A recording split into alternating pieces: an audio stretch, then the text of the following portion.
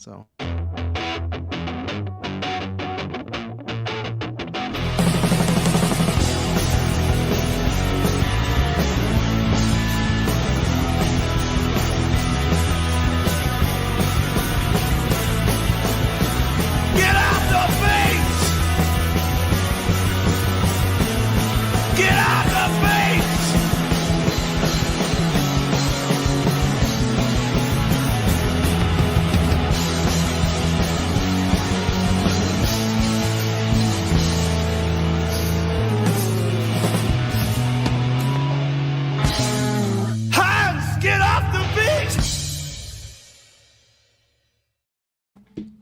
Hello, ladies and gentlemen, and welcome to the 682nd episode of the Geek First Podcast. I am the Eggnog God. Even though I'm not drinking any, the Eggnog God, Tress now. I'm joined by...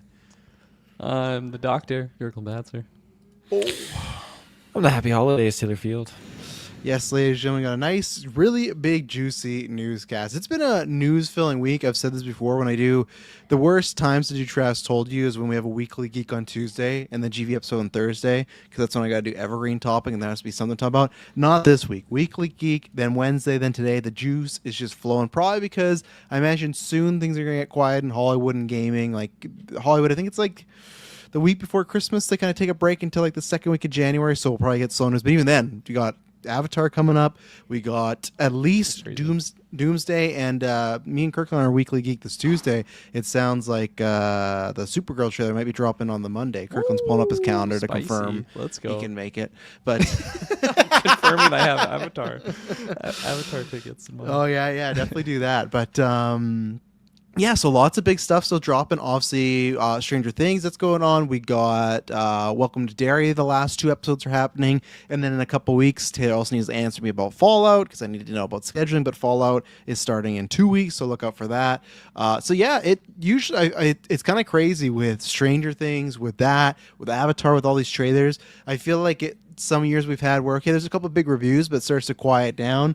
No, it's going to be flowing. So we're going to do the best we can. Obviously, subscribe to the Patreon or even follow us on Twitter or Facebook. So any scheduling changes or announcements we'll announce there. But and then next week will be, I think Dylan's doing a solo side quest to update some games he's been playing and voting his Game Awards. And then also on the Thursday is the Game Awards recap with at least Dylan and these 2 gentlemen. My hope is to be there if I can get the twins asleep because it's Nutcracker week. But yeah, and then the Christmas retrospective as well. If you are a Patreon producer, vote right now because it is very close. There is a bunch of movies you could vote for, but I'll say it's just because there's about, I don't know, 8 to 12 hours left. No, more like 8 to 10. Right now, it's pretty much just a 1-point difference between The Grinch 2001 and then Silent Night, Deadly Night. So very different. I feel like you got the people that are wanting the classic Christmas nostalgia that they grew up with, and then you got the people wanting the horror movie because there's a remake for that coming out. And I've actually never seen Silent Night, Deadly Night. Have you guys? No. Okay. And I was very disappointed. Again, another year, no one put Christmas Carol in. I tried on Travis Told You to say that Kirkland was talking shit about it at the Geek First Christmas party. Hasn't seen it in years. One of these years we're going to cross it off. May have never have seen it. We'll see. May have never seen it. I was in the play, though. And playing a fake role. And I've told Johnny you this. the Elf. Johnny the Elf is not a Christmas Carol canon character. And I told you this. One day you'll watch it and you'll come to my side. One of, if not, the greatest story of all time is A Christmas Carol. But that's not happening this year, so vote. And then, we'll go over Spotify Wrap next week for Bread and Butter. That's a Patreon episode. So there's just lots of really good stuff coming for the next little bit. And then in January, there's all the drafts will be fun. We're going to have Fallout. I guess maybe Wonder Man. I don't know what's going on. I don't know. I'm giving you the whole preview, but, that's what I guess maybe the whole preview because this might be, honestly, other than the Bread and Butter and Christmas retrospective, I think this could be the last. Well, I guess even Dylan's not here, so I don't know. Other than maybe an After 9, there's not too many episodes. I don't know if there's a single episode coming up. There's not just like a GV newscast, and I don't think there's a single episode that's non-Patreon related that is all 4 of us, unless I make the video game thing. But so yeah, this might be it for a little while. Nice knowing you. Yeah, exactly. So end of the show. I guess I see you next Tuesday, Travis. So I'll see you there, and then that's it.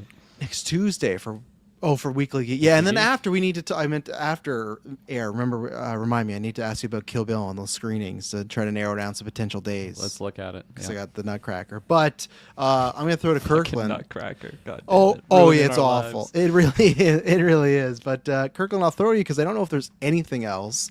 Is there anything you've watched from Tuesday to now?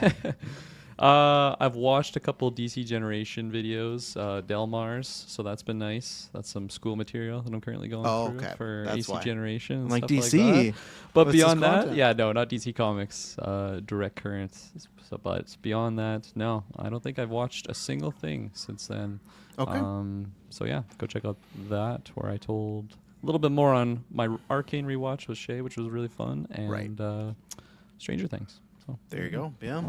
And then, yeah, you can go listen to all that. And Dylan's, what he's been watching. Taylor, what you been watching? You cracking the Christmas movies? Oh, I cracked it. Let's see here. We did. I did watch The Roses. That was one of the starter ones. Did not like this movie at all. I know that there's an original, but there was some You'll see it highlights on in Disney there. Plus. Yeah, it's on Disney Plus. It's a 2025 movie. There was some stuff on yeah. in that film that I was jabbing with. That okay, this is kind of funny. This is humorous, but the way it ended, Much and like just your certain other Madison's things, relationship.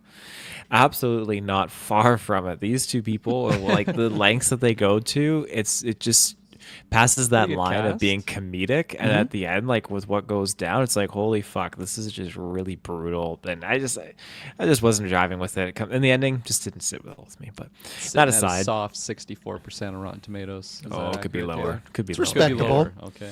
Could be Whoa, lower. could be lower. Okay. You remember how? Let's just do a quick little test here. I know we got lots to do, but Taylor, how do you get that percentage from Rotten Tomato? What? That percentage, 64%. How do you get that percentage? Like, what is their method that they use for that? People's reviews. Okay, but how exactly do they do that?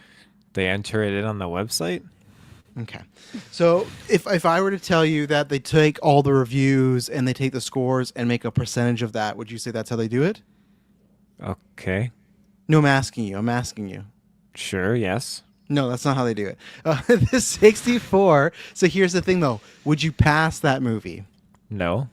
Okay. So that the thumb down. I'm just checking because I feel like a lot of people do this because you're thinking of 64. That's just saying the 64% of critics that have reviewed it would at least give it like a pass. So it's not that it's 64, Well, they're wrong. but okay, that's fair. As long as you think it's passed, then that's fine. That makes sense. But we still got there. But just like to remind people. So not saying it's a great system. Just saying. Crazy system. After The Roses, popped on the Polar Express. Watched that in 2 parts with my daughter. Really enjoyed this one. I feel like there's some freaky CGI moments in there and whatnot, but I really like it. I like just the music is good, and I like everything they talk about, and just the whole seeing is believing kind of aspect. And I like when the ghost, Tom Hanks' ghost, is looking at the kid. He's like, "Well, seeing is believing, right?" Yeah. Something like That's that. such a weird scene to hear about without me actually seeing that scene. Hey kid, Well, because he I goes tell on my top of daughters the to stay away train. from that guy. He goes on top of the train. There's a homeless guy up there, right? And he befriends the boy. And he's doing this.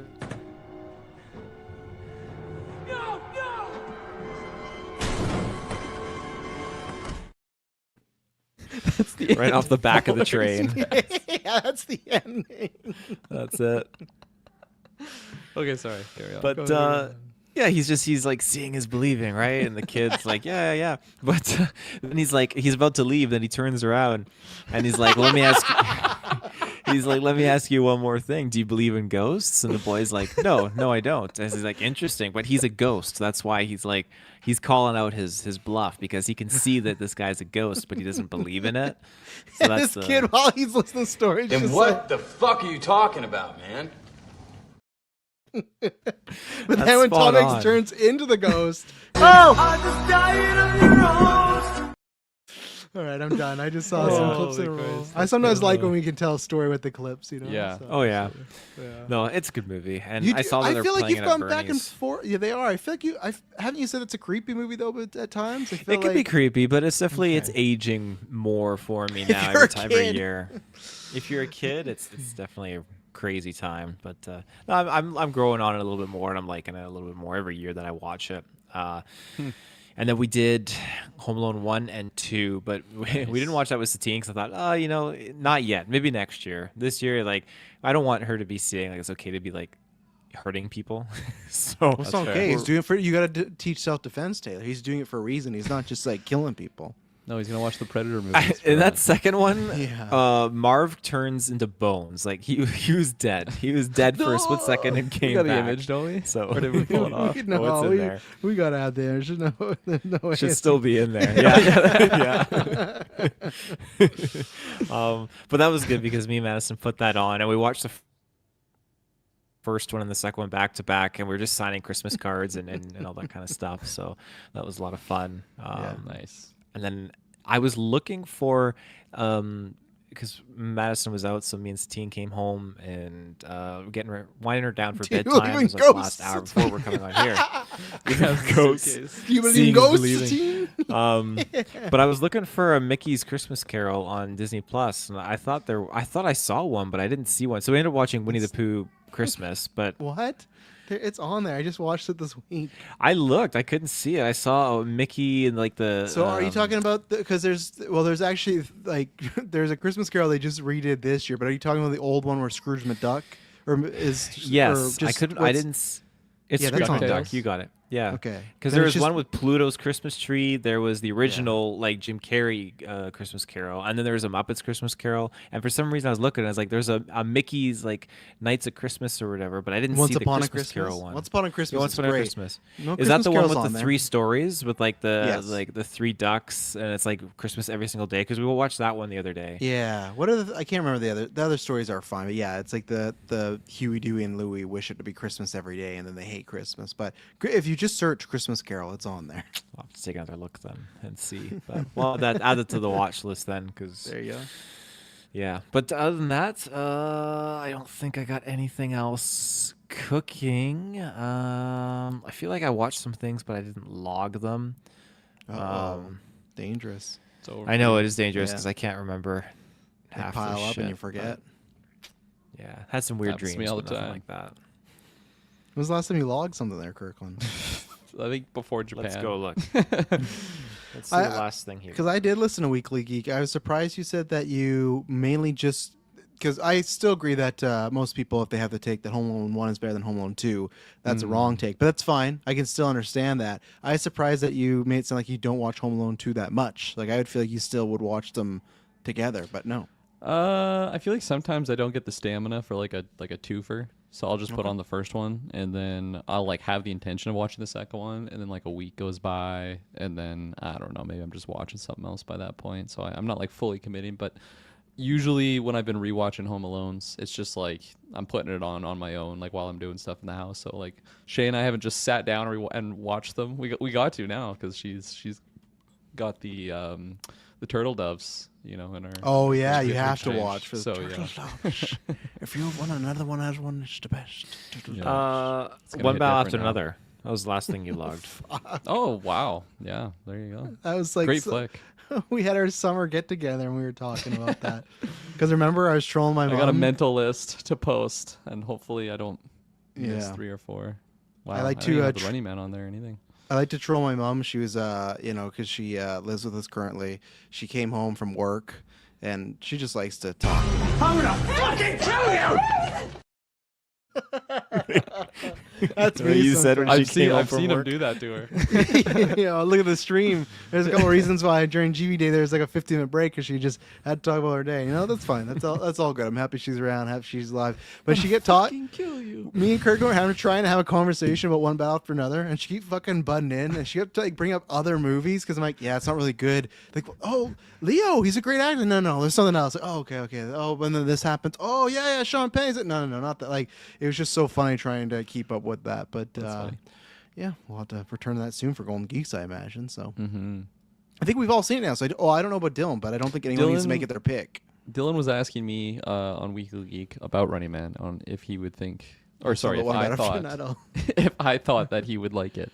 I said he doesn't have to rush to get it. I might have it in like a category for Running Man, but But do you it think it's didn't gonna really make seem- it? Do you think it's gonna really make it? no, exactly. So I Yeah. might just not even make it seem like it was worth it. I was just curious if you thought the same. Seems like.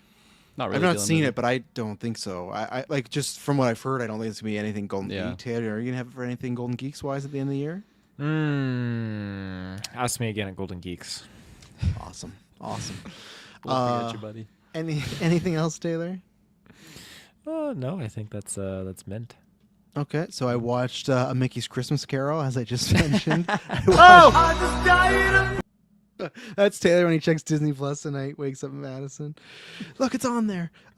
Mickey's Once Upon a Time Christmas and a Charlie Brown Christmas, which I know this is going to sound like whatever because I am the way I am. But you know what? Charlie Brown Christmas and the Great Pumpkin's better. I was getting a little bored this year of Charlie Brown Christmas. I don't know if I just wasn't in the mood. It's a yearly watch, but I don't know, just wasn't digging it really that much. So, and I'm trying to think for anything else I don't think there's anything else Christmas I've watched this week. I talked about Interest, told you, but I did buy the Mike made me buy, not made me, but he got me. He put the idea in the head to buy the Rankin-based Christmas specials. Those are all like the claymation, like Frosty and Little Drummer Boy and all that stuff. Because he was asking me to rank them, and I was like, I feel like they're just an amalgamation of my head of just I watched them when I was younger. Claymation? Well, like no, but and that's not the only one. It's the Frosty animated one, but that's in those type of specials and everything. Oh, you mean like Santa Claus Coming to Town, Rudolph the Red-Nosed Reindeer? Yeah. Yes. Oh, like the puppet. Yeah, those fucking ones Bangers. are great. Yeah, all those, but there's tons of those. Like I didn't know there's like a Little Drummer Boy 2. And I'm not saying I'm going to enjoy Sequel? it, but yeah, Back it's in like action? it's book 2 or part 2 or something like that. So who knows? And then the only things I think I watched that I haven't talked about on cast because we talked about Knives Out, we talked about Wicked. The 2 was Begonia and After the Hunt. I'll start with After the Hunt. Can't recommend really at all. I like Luca's movies. Yeah, you thought I was gonna say can't recommend enough, Yeah. eh? It was a Got me. long 220. It was that's that movie where it's like Andrew Garfield gets accused of sexual assault. And it's like Iowa Berry and Julia Roberts and Oh yeah. yeah, and they don't take the full route where it's okay, this guy did a bad thing and how do you take him down or that process. They're trying to do the thing of they don't really want to tell you which way it went. They kind of show these perspectives, but the problem is they did not really dive that deep into it. And I try not to be like overly negative and stuff, but I passed it just for the acting, but it was a tough watch. I can't really recommend it as I was joking before, but I don't know. I loved Challengers. I loved Queer. I loved. There's another one he did recently, but like his most recent runs of movies I've really enjoyed. This was it was a long 220 today. It was. It felt. It was one of those where I paused it 3 times. Like, oh, we're still. Did you think about just not finishing it, or you were invested? I guess I was invested enough. I think though, if I didn't like the actors, maybe that would have been a thing, right? And luckily, this is why a good thing with having the twins. This is probably one I would have saw in theaters because it was supposed to be an Oscar movie, but it got so negatively reviewed and people don't like it that it's not. This is one I'm glad I did not see in the theaters, but I did hear that it was kind of underwhelming. So I was going into it with knowing that. It wasn't like a big bummer. It was a slow movie. And then the other one I finally crossed off was Begonia because that went off to VOD last week. Really liked it. I don't think I'm as high on it as other people because I think I've seen like Hansi gave it like a 5, and I think Maddie and Mike are like a 4.5 or something like that. I can't go that high. I think it's just me and Taylor talking about this before we went to the gym, and I won't say what it was, but I was just like, I feel like this is the movie. And then when I sat down, I was just like, this was the movie. And that's the weird thing where Yorgos, I feel his work is so experimental and so out there. Like, watch Kinds of Kindness. You're never going to guess how any story goes or the route it goes. But this just felt like the performances are great. Writing as far as the dialogue is great. But the actual, like, twists and turns, it feels like it's just, I don't know. I think there's some I would have done reworking otherwise. But performances all great. So it's definitely worth a watch. I don't know if I would have, I would have it for Golden Geek stuff, but I don't know if enough of you will watch it to even fight for it. But Plemons is the standout. He's really good, and Emma Stone, who we will be talking about in a second, is also fantastic. So still really good. I think I gave it like an 8 out of 10, so it's just more as far as it's not Poor Things level, but at the same time, there's a lot of his stuff that I don't love as much as Poor Things, so which is fine. So let's see. S-Bub says I haven't been hearing many good things about at all about After the Hunt. Yeah, for me, it's unless it's like myself, where if you're just down to watch those type of Oscar movies or you really like the actor, sure. But even something like Andrew Garfield, his storyline's pretty important, and he kind of goes missing for like a very long time. It feels like this character's pretty crucial to the story, and he just kind of up and disappears. So yeah, I S-Bubs, if you got a long watch list right now, definitely don't worry about it. I said that to Mike too. Like, you can put it on the back burner. Like Begonia, I would definitely recommend to watch to everybody, pretty much everybody. And I think it's nowhere near as weird as Poor Things or some of his other stuff. So it's definitely his most mainstream thing. So yeah, before we talk about Emma Stone and this news, I do have one Patreon question, which is a fun one because we get these before. But Mike was sitting back; he wasn't waiting. Kirkland looked at his computer. He's like, "Oh my god, I didn't see the question." But don't worry, I didn't give it to you on purpose because Mike made us a little game here. You have $30 to pay or plan your Christmas movie season. So the $15 amount, you got Home Alone, Elf, The Grinch, and National Lampoon's Christmas Vacation. $10, you got Jungle All the Way. I haven't seen that one, Mike, but I'll take your word for it. Jingle All the Way, The Santa Claus, A Muppet Christmas Carol, It's a Wonderful Life. At $5, Miracle on 34th Street, Taylor's favorite movie, The Polar Express, The Night Before, A Christmas Story, and then at $1, Harold Kumar Christmas, Bad Santa, Red One, and Hot Frosty. Fuck, I forgot about that movie until you guys talked about it. So, does anyone see something here? Anyone have like an easy bidding, or are they still thinking about it? I don't know. I'm looking at these lower tier ones, and I feel like they're not better than what I could do with just two 15s. So I'm just gonna do that. I think I'm gonna go Home Alone, and I'm gonna take The Grinch. Those were, a little spoiler for our weekly geek. That was two of the three that I picked for my three Christmas movies to pick. Which, funny enough, that was also Super Bad Mike's question. So yeah, I'm gonna have to go with those because nothing really is enticing me to drop any of them. Like Night Before is down there, which I wanted to grab. Of course, that would have been my third. Harold and Kumar is kind of a underrated pick here for the $1 tier, like if you want to go for a budget movie. But no, I'm going to have to just round it off with Home Alone and The Grinch, I think. Okay. I'll go because I also answered this question on Trust Told You. I'll let Taylor, his thoughts be a little quiet. But I'll go Home Alone. That has to be on there for $15. And really, like, I like Elf. I'm not even going to say if someone has their favorite Christmas movie, that's a hot take. It's just not in my top tier, but I'm completely fine with it. National Lampoon's Christmas never was for me. I've said before, I'm not a Chevy Chase guy. The Grinch, that's a good one, but like I get enough of the holiday cheer with Home Alone, and I'm on the opposite end of Kirkland, where I need The Night Before. The Night Before has to be in there. I need one adult Christmas movie, and I feel like that's a good Endgame Christmas movie where they're tributing lots of stuff, lots of nostalgia, Home Alone stuff going on. You got you got Shannon Green in there. Michael Shannon as Mr. Green. Fuck, I combined his name too much.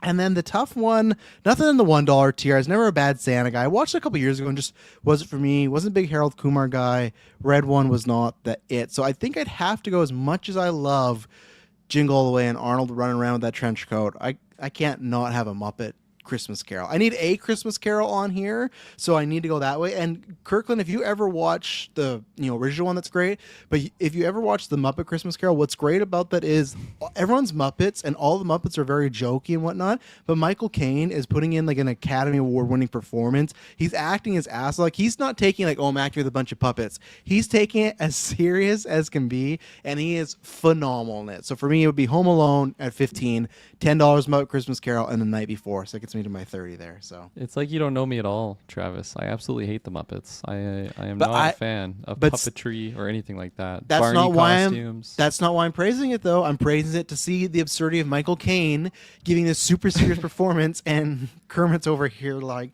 "Hello, Mr. Scrooge.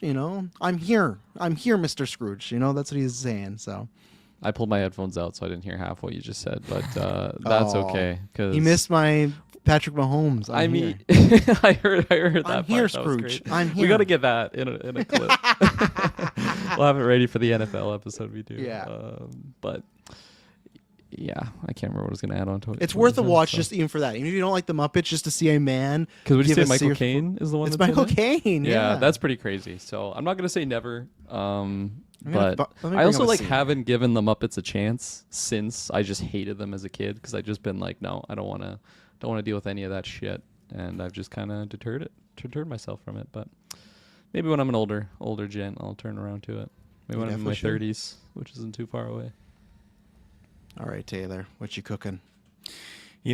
Kirkland, you said Home Alone and The Grinch, and I was right there with you. But I think for the sake of things, I'm going to switch it up. I wish there was a Home Alone 2 on this list, but I get it. I'm just both of them are like Yeah, I saw they're- Mike's 3.5 today. Come on now. Those Not are a fan. 5. Yeah. both of No them are turtle doves just for him. on point. But I definitely, especially after rewatching them just recently, I'm like, yeah, I like the second one. I like how they up the stunts. I love that you get to the hotel sequence. Everything Tim in there Curry, is man. so good. Oh, That is actually what puts it over the top for me. Is I think there because I said this on Trust Told You where it's just like The Hangover 2, where The Hangover 2 is the exact same movie as Hangover 1, right? But it's less funny.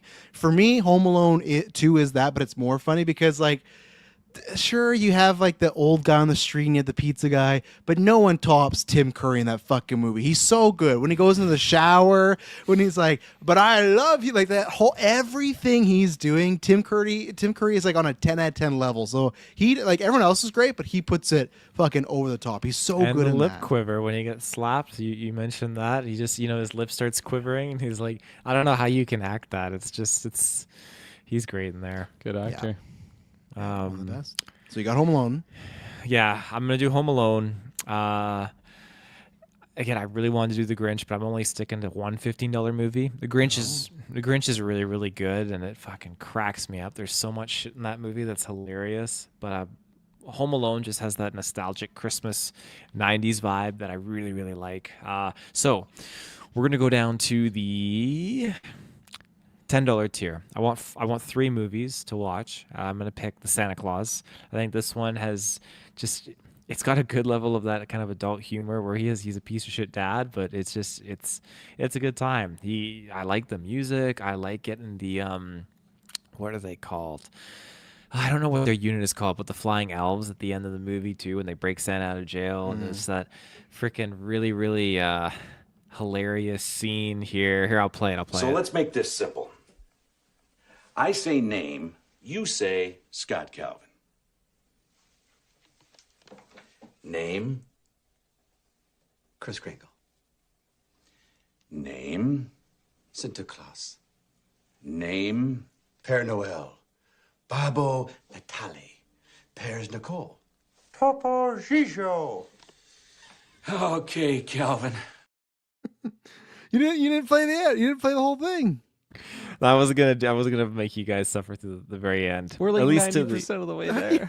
Right there. Oh Now my you got to play it God. again. Just play the whole thing. No. it's the ho ho shijo that just fucking Ho, ho, cracks me shijo. up. But yeah, so I'm gonna do Santa Claus, and then my last pick, just because it's $5. Yeah, let's sneak in the Polar Express. It's right there. Let's do it. Wow. Polar Express over the night before, eh? Yes. Or even yeah. Christmas Story? Okay. Well, there you go, Mike. You got Never our been a answers. Christmas Story fan. Me either, actually. I was not, wasn't my cup of tea. So Yeah. let's see if I got it. See, there you go. Sorry, Hansy. I'm happy that it didn't get picked trash. this year. I'm just saying. I'm saying it's trash, but here we go. Let's look at this here. What's this? This is it. I want to bring up a scene where he's. Who are you? In life, we were your partners, Jacob and Robert Marley. It looks like you, Fuck, he's young. but I don't believe it. Like, look at this performance. He's not cheesing up at all. No. Because a little thing can affect them. A slight disorder of the stomach can make them cheat. You may be a bit of undigested beef, a blob of mustard, but you. That's about it. Oh, She-Hulk. Baby than a grave. What a But yeah, the whole movie, he's just Is doing that. Robert you know. Marley an actual character in A Christmas Carol? Jacob Marley. They Yeah, just Jacob did Marley. the two. Yeah. They did Jacob two. Marley. The story's fraudulent. Well, no. Well, they were using Muppets as well, and he's a man. They don't really explain that part. So, my God. So, all right, let's take our first ad break. Then we're gonna get into the news. We got lots of juicy Batman news and rumors and everything, and I'm excited to see what these guys think about. So we'll be right back. All right, so let's get into this. I guess I should pull up this whole thing. So I'm going to give you the whole rundown because I obviously recorded Trust Told You yesterday, and then the news broke like half an hour after I finished. So I took on the tag of putting ScarJo on there. But so we've been waiting a long time, gentlemen, to get some news. It looks like we finally got some Batman news because this is being reported by, first it was a C tier, but then the S tiers jumped on it right away. Matt Reeves is still not dropped a tasty little gift, so we're waiting on that. But so what I'm going to say is, so we don't know what's happening. We just know that this character is a potential love interest / villainish. I don't know if it's someone like a Catwoman where by day they're good and fall in love and then bad. If it's like a Talia al Ghul where it's like, I love you and oh, I'm bad. Or if it's kind of a mix of the two, right? We don't know what that's happening, but it just is a love interest / has a villainous side to it. I guess what the plan was that originally with this casting, they went to, and we'll talk about this too, is Emma Stone supposedly got the first offer, and it sounded like she hadn't turned it down, but then what was the breaking point was, and I'll read this kind of verbatim when I put in the Discord,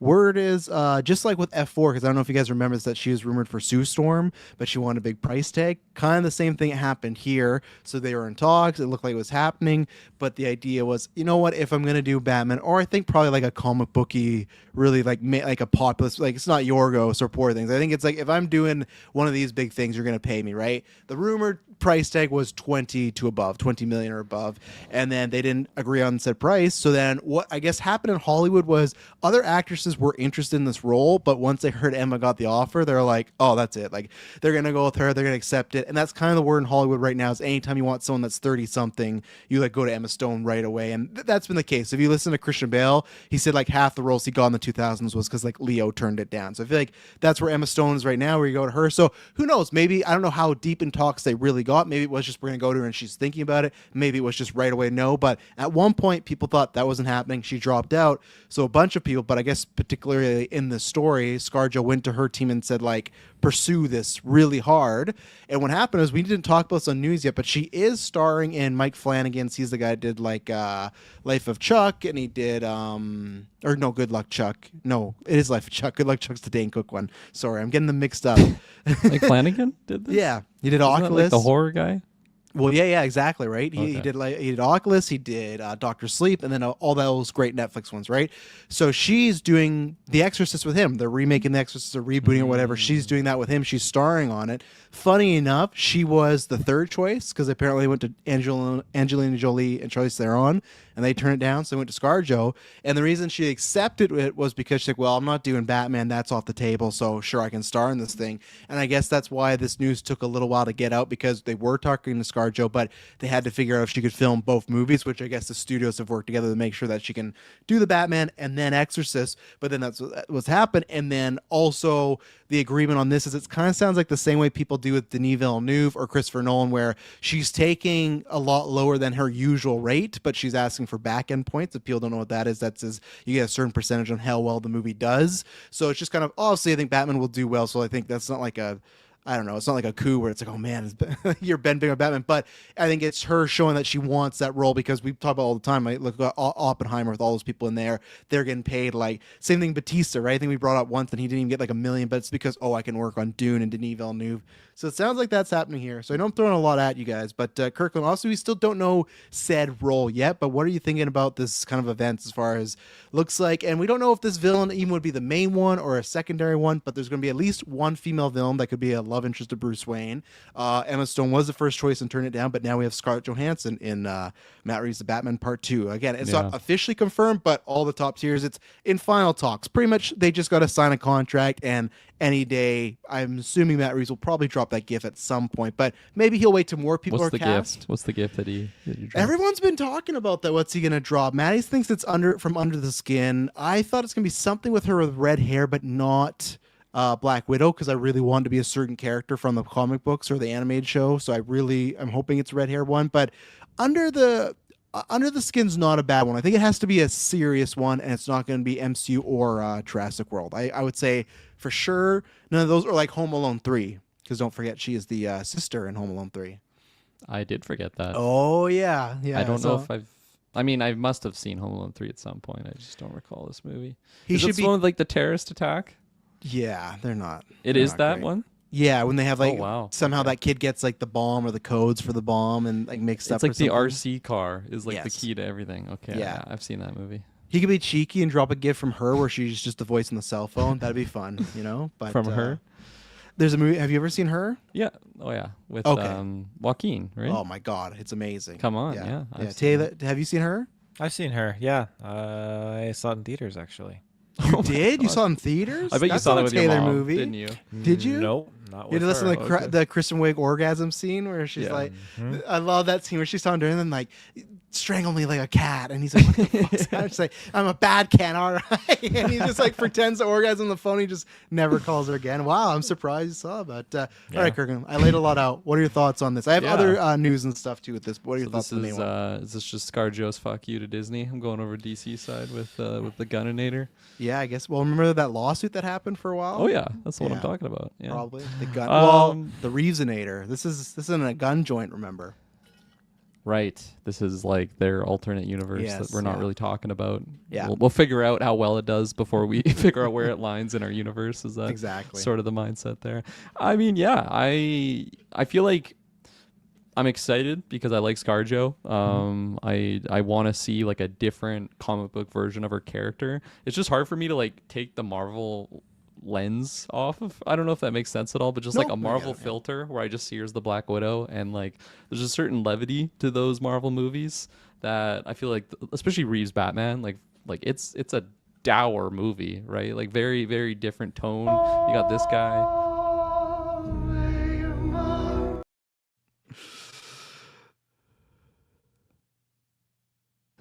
Am I still muted? There we go. The videos are doing that. They like on Weird, you guys. glitchy. It's been slow. So yeah. We'll have to fix that. But no, I definitely want to see her in that. I'm sure she'll do phenomenal. But like coming from Marvel to even like the Jurassic World, which is like, you know, there's threats in there, but like it's a very light overall family adventure for the most part, even though it is like it does have some intense moments. So I definitely want to see that, and I'm all for it. She's a phenomenal actress. She's gonna kill it. I trust like the writing team and like who's gonna be making it, so like that also excites me.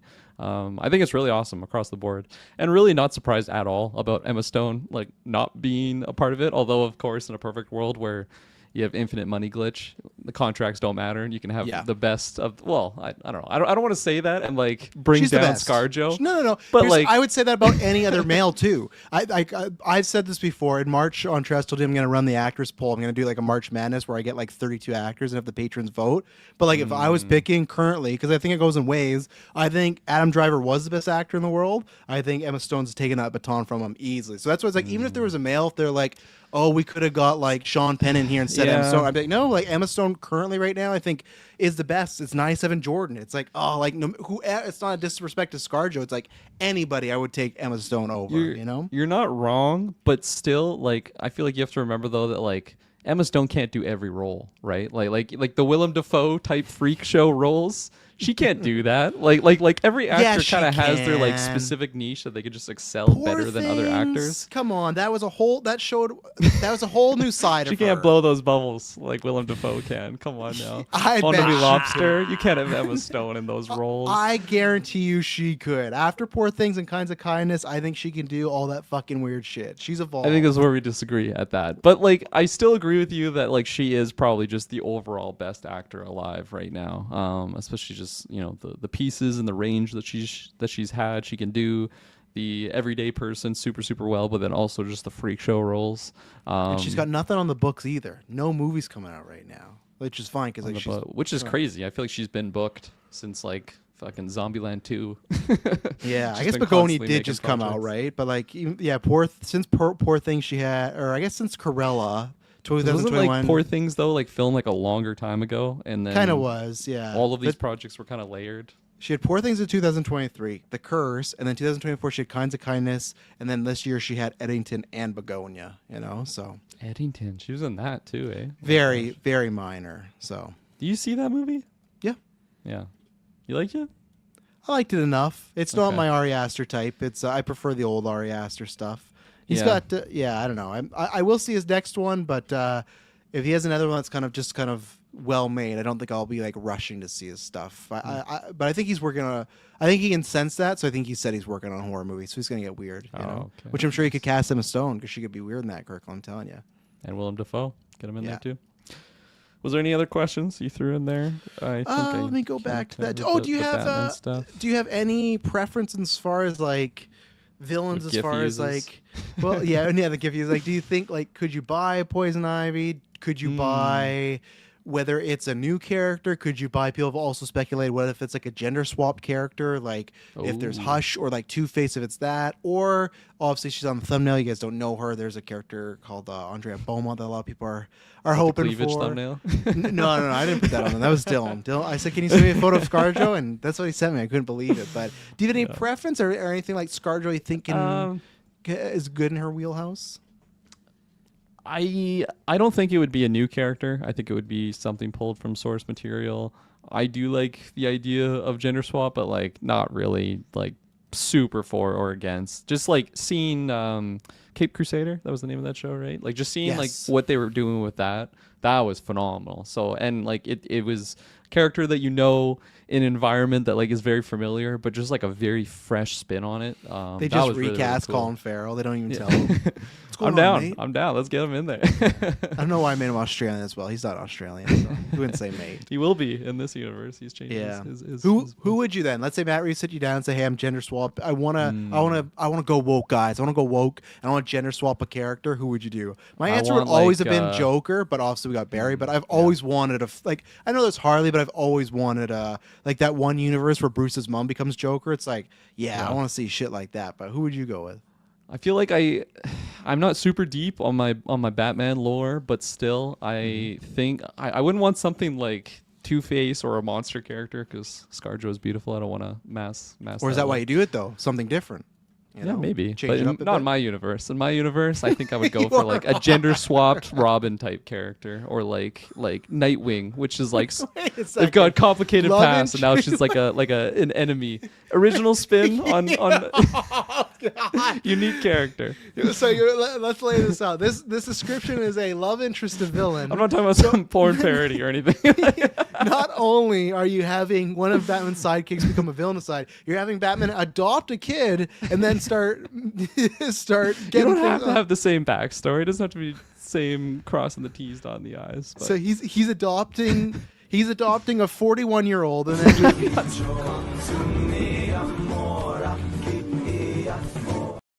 yeah, you lost your parents. I'll adopt her.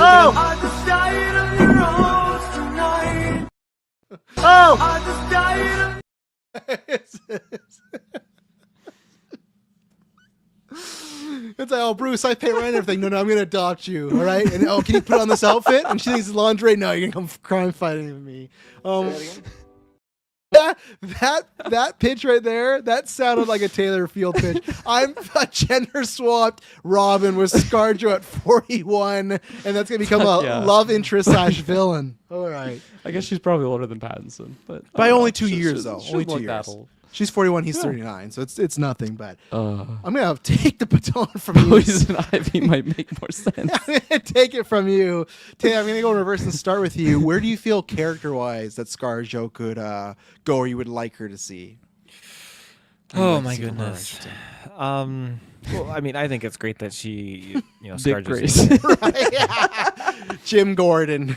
Am I doing the gender swapped pitch first? You or? don't have Yeah, sure. Let's see. You come up. I did say, a character. I gotta think about everyone that's here. Who could she be? I'd prefer it. Yeah, she stays You as a got villain. Two-Face. You got Bane. You got Zatanna. That's a character, right? From DC. Yeah, she's not really a villain though. She's a hero. Well, I guess you're just pitching all these heroes to break. She bad. moves in with Bruce. He adopts her. Are we dating? No, He's I'm just growing adopting this you. harem. Yeah. That has to be some sort of joke somewhere in the movie. Just like, See, is he your boyfriend? Well, actually, he adopted me, but I'm still fucking him. He just adopted me. See, He's legally Ra's al Ghul. Ra's al Ghul, get her in there. Ra's al Ghul. Okay. Yeah. That's like Talia al Ghul. Pretty Well, then equivalent, right? Well, then it's a flip. That I guess it's Yeah, then she has a son named son, and Bruce gets it Talos. on. Yeah, and they adopt little Damien. All right, you two. Taylor, what do you think about Scarlett Johansson, though, in general, just playing potentially a villain in this movie, her being in this movie, and just the comparison, obviously, of Emma Stone turning it down? Yeah, I mean, I like the idea of her being a villain in this movie, and I like that she's popping up in everything. Like, first when she was announced, like, okay, she's in The Exorcist, I thought, oh, that's pretty cool. Like, that's different from what I've ever really seen her in. I feel like, what was that one with her and Bradley Cooper? What was that movie again? Where she's like the mistress, kind of, or Bradley Cooper's a piece of shit. What the fuck are you talking about, Bradley Because Cooper? it's like a bunch of huh? different stories, but yeah, he. I can't Oh, remember he's who just not that married into you? to. Yes. Isn't that the one Yes. where he's gay, right? No. He is. Who in that? One of those happens though, right? Isn't there some character that's they make them look like they're straight the whole time, but they're really gay? That's the issues in the I relationship. think so. That does sound familiar. Is it but not wasn't Bradley Cooper? It's not Bradley Cooper. No, because he is with his wife and then cheats on his wife with Scarlett ScarJo, and then Okay. he ends up. His wife wants to make amends and like sleeps with him in his office, and ScarJo's hiding in the closet, and then ScarJo freaks out at him and leaves, and then his wife ends up breaking up with him because she catches him lying about him smoking. Oh, wait a second. So you're saying this man had an affair and the wife hit him put it back together, but because she caught him smoking, that's Yeah, the final because straw. he lied. He He can suck lied, some and that's the titties, thing. but he can't suck some cigarettes. Okay. thing that he Cardiovascular lied. disease, man. It's Yeah, I serious. guess so. Jeez, Okay, yeah, let I me think get a I, movie name I here. think I saw like 20 minutes of that. It is one of those movies you're talking about where it is. Yeah, It's he's just not that into you. Sounds so Yeah. familiar. It gotta yeah, pull because this they up. span those. They did that. They did Valentine's Day and New Year's Eve, where it's like let's throw a bunch of actors together and put them in very mediocre to bad like stories. Justin Long. Who? Yeah, could but Holy who fuck. is Jennifer and Connelly? Jennifer Yeah, Connelly. Judy yeah, Hopps. that's- Judy Hopps? Is that Judy Hopps? Yeah, that's who does the voice. Oh, yeah, wow, I didn't know that. I just there is a story where one of them that is the twist that the whole time they're making it look like he's straight and he's on an airplane and Is I it think Ben it's Affleck? no, I don't think so. Like Ben Affleck's in here. He's just not that into you. Yeah, Justin Really? Long, Drew Barrymore. Is Eric Dane in this? Fuck, I don't know. That gets me excited. No, because Eric Dane's in one of these, and I think he's the guy that is the reveal that he's the. I just can't remember. I saw like the 20 minutes of the ending or something like that. But anyways, so you feel like her role of being an adulteress will inform her villainous role in the Batman Part 2. You guys That's got some definitely fucking not where I takes was. tonight. Not where I was going with it, but I just was.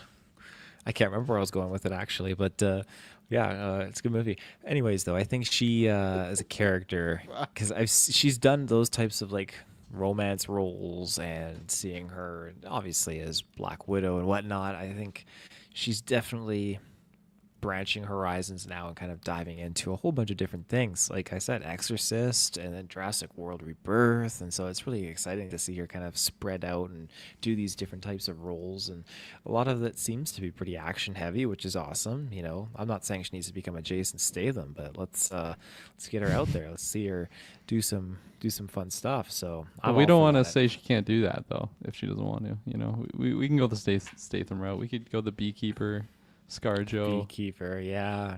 Beekeeper's wife. That's what we're gonna What the hell are you talking about now? I go to get a drink of water, and I'm talking about beekeeper.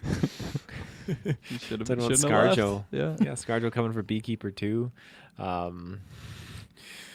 No, I think it's Just great announced. that she's doing this. And in terms of like what villain she could be playing, though, I mean, yeah, I don't know. I think it's great that she could be a villain. I think opposite of Robbie. I think that's Robbie P. I think that's pretty sweet. I'd like that. Oh Robert fuck! I'm like, Pattinson. Margot Robbie's in here? No, Yeah, Robbie like, P. no, Robbie no, P. Okay. Pattinson. Yeah, and in addition to that, Emma Stone not getting the role. Not kidding. Oh, she didn't cut it. Yeah. Matt Reeves sat her down and said, "You got some work. You got some work." She did this. Yeah, she did the interview. Interesting. No. She does like an Oscar-winning But she's a performance. two-time for the Academy audience. Award winner. Not good enough. Not good enough. Yeah, I think It's gonna be me She's if not we my ever make Dick it. Grayson, you know. ScarJo though. That's gonna be me if we ever make a studio movie and they sit me down and tell me why Jared Leto needs to be in this movie. But he's an Academy Award winner. Interesting. yeah, I think Emma Stone opting out of this role is she's got the things that she obviously wants to do, and maybe it's just a thing like she's done her superhero gig and she's just done with it, right? Maybe she just is over being in the kind of superhero roles. So I don't blame her. I mean, if you've done it once, maybe that's it. Some people like to go in and do multiple characters and the superhero stuff. Maybe she doesn't. And it sounds like she'll do it though, just for like the right price. Like for Sue Storm in this, it was just, hey, I'll do it. Just give me this big this big bag, right? So that, which also makes me scared that I don't think we're ever getting her back as Gwen Stacy or Spider Gwen. I always thought that was a hope when Andrew. Disney money, man. That'll be her That's charity, a whole other her thing. charity project. Yeah, I had just 20 million for like a small, not even a full role. Like if it was something like that, like maybe that could be the pitch. Maybe that's the idea of it'll be a small role so they can pay her for a certain amount. But when I've heard this twice now, these comic book roles, and she's turned them down because of money, it's like, I don't know if they're gonna go that route. They're already playing Army like Robert Downey Jr. like the Fortune of a Small Country or something. So I don't know. I don't know. Yeah. Okay. Yeah, interesting. I don't think I have anything else I have said. I guess I already said when Kirkman was saying, "Oh, it was fine." But yeah, for me, this was like ScarJo. I think it should be great with a great director, which we have with Matt Reeves here. So I'm not worried at all.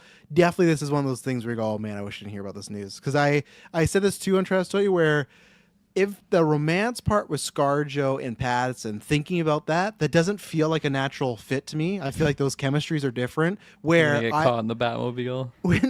Yeah, again, Matt Reeves not is again, Robert. furious. That's why it's always not coming back. Because ScarJo's married, so it's like I got to make sure this time. I think that's the thing where I disagree with Kirkman, where I can see Emma Stone playing a weirdo for sure. So to me, she can do that, and I think she has chemistry with other weirdo type of actors. So to me, on paper, if you see Robert Pattinson and Emma Stone, I go right away, oh, I can see the chemistry easily like that. ScarJo and Pattinson, like the chemistry levels, it's not a direct pairing. Like even with him and Zoe, I think we all were like, oh, that makes sense, right? Like that works. But on paper, Yeah. it's like Johansson and Them him on the red carpet together. Come on, the tension was there. Oh, It's absolutely. like fucking Superman and what's her face. Rachel Brosnahan, Lois Yeah. Lane. Yeah. Let's not start Taylor off of any of the James Gunn relationship stuff going on. But What's like her I s- face and John Cena? Why am I forgetting all these names Jennifer now? Oh, yeah, Holland. Jennifer Holland. Robbie P. So yes, of course, that's the thing. Like any project that Stone is in, it's better for. I do think she's the best actress or actress. Period. Doesn't matter any gender, man, woman, they doesn't matter. I think Emma Stone clears them right now. So yeah, but that is a bold thing to go to the top like that. That would be a big thing. And even ScarJo is big. I said this too. Like she's definitely the biggest star these movies have had, right? Like next to Pattinson, they all were kind of like Jeffrey Wright, Paul Dano, even Zoe Kravitz. They're not like the A tier where they're just been in a bunch of franchises where ScarJo Colin has, Farrell. right? He's pretty big. Yeah, but For a like a small role, side right? character. Yeah, for a Yeah. side character, but like, and he's also covered in makeup. A bunch of people didn't know that was him for a while, right? Like the GA. But that does that bring down his price to do the for the project? screen time, I think so. Yeah, I think that for the amount of screen time it would, and I don't think But Colin. not because they're hiding his face. I don't think so. That'd be a weird. Colin Farrell without makeup, $5 million. With makeup, $1 million. We're gonna make you sit in the chair for if anything, he should be getting paid more to sit in the chair for like 3 days on a week with that makeup. But so yeah, that was a little bit of blow. But as I said before, ScarJo's still great with the right actor and project. You know, I think she, even in Jurassic World, wasn't the strongest for her because that was not a great script. But I think this will be Elseworld of that. I think this is going to be a really good job. My hope as well too with Emma Stone. Obviously, ScarJo does not have this, but my hope is just Emma Stone looks a lot fucking like Andrea Beaumont. So I'm just hoping any day. I'm hoping to get that. I really want. People showed a couple months ago that when the writer was talking about the Batman script, he did share a GIF from Mask of Phantasm, and it will be exciting because we will be covering this the Batman retrospective. That's one of the Batman animated series was a show, but then also had 4 movies. That's the first movie, Mask of Phantasm. So we'll cover it no matter what at man. some point, and you'll This see is the it. role. What? This is the role. Just looking at these images. Come on. Well, absolutely, yeah. But there's a Why'd you let me go off my Dick Grayson fucking casting when you had this gold pick in the back Well, of your pocket? we don't know. I think we're all just kind of hoping everything. Matt Reeves did say out some we've never seen live action before, which is the case, and people might forget that Harley Quinn, she came from this same show, and like she wasn't a comic book character, she came from this show, same as Andrea Beaumont. So I'm really hoping that is the case. But we'll see. I hope it gets confirmed here soon. Sign that dotted line, and yeah, it's gonna be interesting to see who else might be signing up. But You know what? We also haven't seen live action. Gender bent Dick Grayson. as a Moving villain in too. with Bruce Wayne. Do you guys remember those? So ridiculous. Do you remember those early days when we were talking about Suicide Squad and there was that terrible rumor that Jared Leto's Joker was dead Robin, like brought back to life as Joker? Do you remember that theory for a while? Yep. Because he had a Some dead Robin murmurs. tattooed on him, which obviously I never understood because, like, in this canon, he killed the Robin, and that's why he would get a tattoo of said Robin. But everyone's like, oh, he's Robin. But I was very happy. I'm very happy that doesn't exist anymore, but that was just a very bad theory. But that's what you're pitching pretty much, Kirkland, is him be adopted, or she be adopted, and that turns into a love interest, and then villain, and then she can become the Joker, like Barry, you know? Why does it have to lead to the Joker? It doesn't have to lead to the Joker. Maybe that's how she is. Like this is the origin. She starts as ScarJo, turns into whatever Barry becomes. So four movie venture to get there. Yeah, and that's why. And this way, Kirkland, you say this stuff. She got 2 Oscars to back up her demands. When you're like, oh, Oscars, pointless awards or whatnot. Not in I didn't know. Tinseltown. I didn't know. It is. You Not told in me. You told me. Told what? You It's told me that pointless. the price of the actors go up. I've said this many times, and then you at the Yeah, I Christmas was party this week, listening like back stupid then. awards. It's like I'm not saying you have to. I still think it understand. is, but like Yeah, I guess but- it makes sense that if you just have that stupid award, then it's like this guy's worth more. So Yeah. it's just like the Hunter in Adrenochrome. His price goes up with every movie we do. Does he? Wow, that's not good for us. Sir, please subscribe to Patreon. But And minimal screen time now, moving forward. yeah, we'll just shoot the actor from the back so we can put a bunch of people in there. But anyways, I should say on Patreon you can get every episode ad free. Forgot to say that. All our entire backlog, voting in the Christmas poll. Bunch of exclusive episodes. Next year, the most exclusive episodes of all time. 30 exclusive episodes if you go to the Patreon producer tier. And then all the tiers below that are like a varying amount of degrees. But producer tier getting stacked up more than ever. Shout out to our Patreon producers, Aaron Brain, April Darkness, Jack Grant, Sam, Superman Mike, God Loves Me 69, Charlie Randall, Cocktail Clay, John No H, and Sam Green. Now, here's another option I want to throw you with ScarJo because it's going to tie into the second kind of Batman rumor that came out. We had heard about this, and I can't remember. I think I talked about this at like On a Trust told you like in the beginning of fall or something like that. But I talked about this rumor, and it was from a very like low C tier. This Tobias Menzies is in talks to play a major character in Batman Part 2. But the guy who reported on the news today, what you laughing at? What are you laughing I'm at? laughing because this photo, where he's with Robbie P in the Yeah. top corner, it looks like this guy with the mask, doesn't it? Like just like the facial structure, like Kind that of does. could be All him. in the chin. Yeah.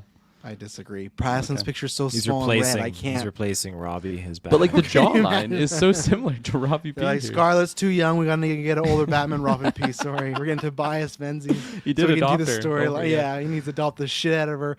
But anyways, so that was a small rumor, and then today the guy that broke the cinematography news and had some news and ScarJo stuff, he had put out that one of the male villains, again we don't know, is it's like the Batman with multiple, is it whatever, is Dr. Arkham, aka would be probably Jeremiah Arkham. So the reason this could be big for 2 reasons is obviously Arkham Asylum could be in this more. That is one of the not showrunners, like I guess I don't know, not owners, but I guess one of the people that run Arkham Asylum, right?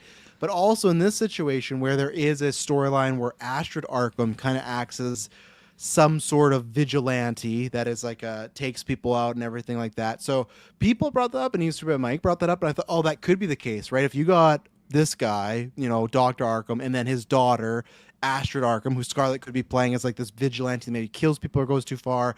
I thought, okay, I kind of see that. But now the only thing where I was talking this with Emily, the only thing that would clash with that to me is if there is any truth to the love interest stuff. If you guys don't remember, in the Batman, they established that Martha Wayne was an Arkham, remember, before she married, and that's how it was a cover-up. So that's what gave me a pause, like, well, if she's an Arkham and she's romantically involved with Bruce, I don't know how far down that is from the family tree, but they're still shaking the tree together. So that's what I'm asking you guys. Do you think that kind of eliminates Scarlett Johansson from being this Astrid Arkham? Do you like this idea of an Arkham Asylum doctor being a main villain?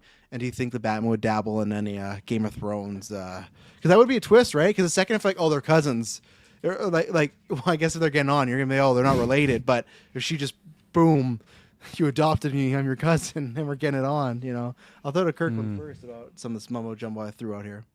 I was gonna ask. This isn't Jeremiah Arkham. That's not like Hugo Strange. It or would be anything. no, that's separate. Hugo Okay. Strange is usually a doctor that works at Arkham, and the Yeah. Jeremiah Arkham is just like another like questionable individual. Okay. Like he's the A lot of questionable individuals at this of Arkham course at asylum. Arkham. yeah, they Yeah. should look at it. They should really shut that building down. They need to do some internal investigations yeah, big on what's time. going on in Arkham here. Yeah. I could kind of see it going both ways because, like, if you do some spicy, interesting storyline like that, where like it ties to something close to Bruce's like or like life, like I feel like it was a big moment for him to kind of have that revelation in the first Batman, and then dealing with this character, like it would tie. It would tie. I adopted her. Mostly just the Arkham tie, I Yes, think, yeah. like to his mother and stuff like that. I don't know. It seems messy, but like maybe they can navigate it properly to like do a really good story there. I think I'd prefer it going away from that and have. I mean, as soon as I saw the Beaumont image, like, come on, that's what I want for the ScarJo pairing now.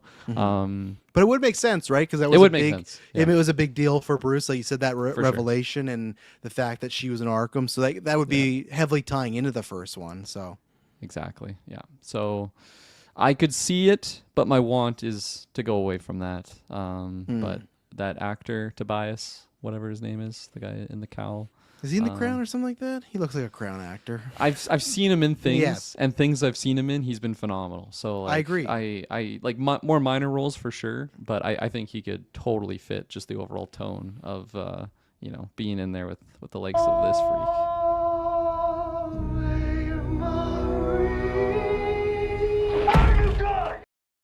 And for a Matt Reeves quote, he did say, because I kind of had this prepared, he says, the villain's going to go. He didn't like it, just, I think the person asked, and they're saying villain, but he did not say villain, just he's answering a question. It goes into Bruce Wayne's past and his life, and the villain has never really been done before in a movie. So again, talking about the whole going in the past, the Arkham would kind of make sense and stuff. And I guess I just need to see the shoe drop of who she's playing, right? Because I guess you could make anyone big, right? But I have a hard time imagining that they're gonna do a Batman 2 movie and it's just who are the two villains, Dr. Arkham and Ashford Arkham. Like that feels like if you're 9 deep into a movie franchise, okay, who else are we gonna do, right? Like, and I get it, you could still do Harvey Dent, but that's why I still feel like you need some. No, at the same time though, I guess going against myself, you didn't know, like you saw the image of ScarJo and Mass Phantasm. Many people don't know that, right? Like that was an animated movie in '93, the year I was born. So it's not like you're going with a really classic character. I would say even though people didn't really know her, people knew of Harley Quinn, right? They like even before Suicide Squad, lots of people knew of, oh, that's the female Joker, right? Like same way as Venom was like, apologize for the lack of better term, but like that's the Black Spider-Man. Before Maz, it was like, oh, that's evil Black Spider-Man, Venom. So I don't think people know Phantasm. So I don't know what you could do. I still am wondering. Also, the other shoe I'm waiting to drop is like, if Barry's coming back and how big a role does he have? Because I don't think they would do this, but in the Mass Phantasm story, the Joker has like a big subplot. What is this thing? Oh, from the image when the screen share, it looked like she was wearing nothing, and I'm like, what do you yeah. show Look at you. on? Look at I that popped Christmas it in. tree I in popped there. it into the thing. Oh, look at that. That's We've funny. Is that got the Andrea same one. Beaumont right there? That's Yeah. Beaumont. Same And it could be a image. Christmas That's crazy. movie. It could be a Christmas movie too, because it's taking place That's after Halloween. ScarJo. But I hope so. But that's the thing where the Thanks Joker. for adopting me, Bruce. That's what that line should say. Yeah, I have a home along with my home I rent. But that could help though, right? Even if it's Dr. Arkham and Ashford Arkham, if it's like, okay, we got a bunch of new villains, but Barry's Joker's in here, even as like even the way Penguin was in there, that would help, right? So Yeah. Oh yeah. Maybe we'll add that in a second there. S-Bubs, that's interesting. Fuck. What I was gonna go on a different. And I guess you got Colin Farrell's Penguin back, right? Like they confirmed that. So like, to ask you, do you think?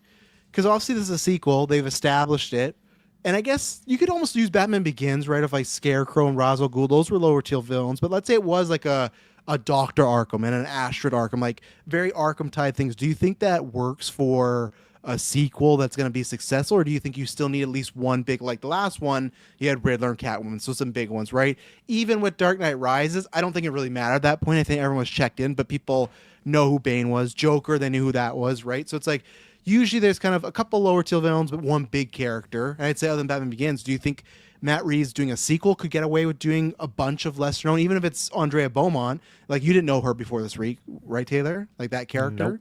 So that's what I mean. Do you think for the GA who's not listening to this podcast, who's not into it, do you think they'll just go, oh, I like that first one, so let's go see it? Or do you think, oh, I'm expecting another A-tier character, and if there's not, I don't know if I need to see this one? Especially because we're going to be getting another Batman in a couple of years too, right? With James Gunn, I guarantee you he'll probably add a very comic booky character, so... Yeah, I think with James Gunn likes to pull these out of, the hat sideways characters that I'm very unfamiliar with, right? I feel like that's kind of been his MO with Peacemaker, and that's been his MO with Superman and soon his other future projects. But Superman, who was his main baddie, though? It's still Lex, right? So, like, yes, but we got everyone a knows big Lex. focus on, like, Lex's, like, the Bulgarian beast or whatever his name was, and then that chick with the who could like morph and shit with the nanites. Yeah, I mean, but that's what I mean. That's like the Batman thing, right? Where it's like, okay, you had like in the last one, you had the Riddler. Well, those are all lower tier ones, but it's like you have a big villain, but then you have the trickle down of like Carmine Falcone and maybe even Penguin in a lesser degree. Lex is still like a big A tier person, Yeah, like I think that they could get away with doing a lower known character in this movie, and then in the third one give us a big character, a big villain. That'd have Joker, I think, because they introduced him, right? So I don't want like the part 2 and part 3 to be like a back-to-back kind of thing. Like, and I was trying to think of like what good example. Okay, Pirates of the Caribbean, Curse of the Black Pearl, that's its own standalone, and then Dead Man's Chest and At World's End are like the start and the finish of that story, right? I don't want the Batman to be like that. I want them to be like their own isolated chapters, and I think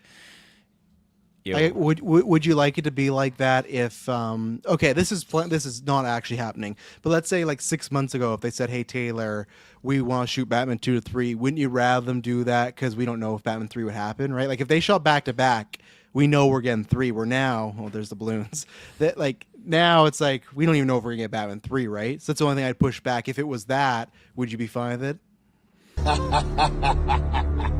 Yeah. Here's your answer.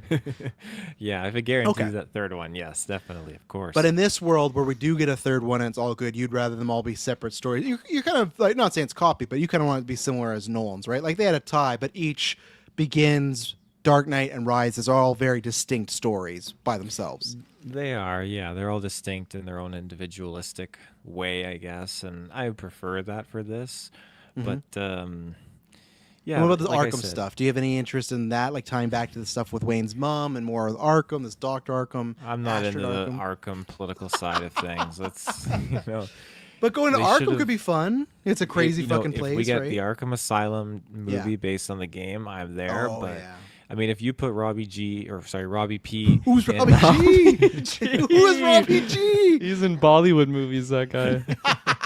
He's in the Bollywood Batman when it goes public domain. Yeah, he's his buddy. Put Robbie P. into Arkham and like trap him in there trying to escape. I'd be down for that. And it's a shame we never got that Arkham TV show. Which would make sense though, because if that's one thing I was going to bring up. Remember, Reeves was working on that, and of course, Gunn said, "Oh, like it just didn't work out because I think they wanted the DC and whatever." Yeah, it didn't work out. But like, if he was trying to develop an Arkham show, and we're hearing rumors that one of the villains, maybe two of the villains, are Arkham related, that's kind of like smoke fire thing, right? It's like because let's look at this scenario: Batman 2 comes out, and then if he was working on an Arkham show, that would have came right after. That would almost imply maybe this is the villain or a part of it, right? Like that would make a lot of sense, like Penguin, right? As far as Penguin, wasn't Batman. That's like a bridge to Batman Part 2, right? So. Agreed. Yeah. Kirkland, you want to answer the question I threw to Taylor? Yeah, no, I'll pass it Just to saw Taylor, Madison. actually. If you love the clips, this is your show. If you hate the clips, not a show for you. But you know what? That's This is what a we do. big clip show. We go with the vibes, but I feel like we haven't done one in a while.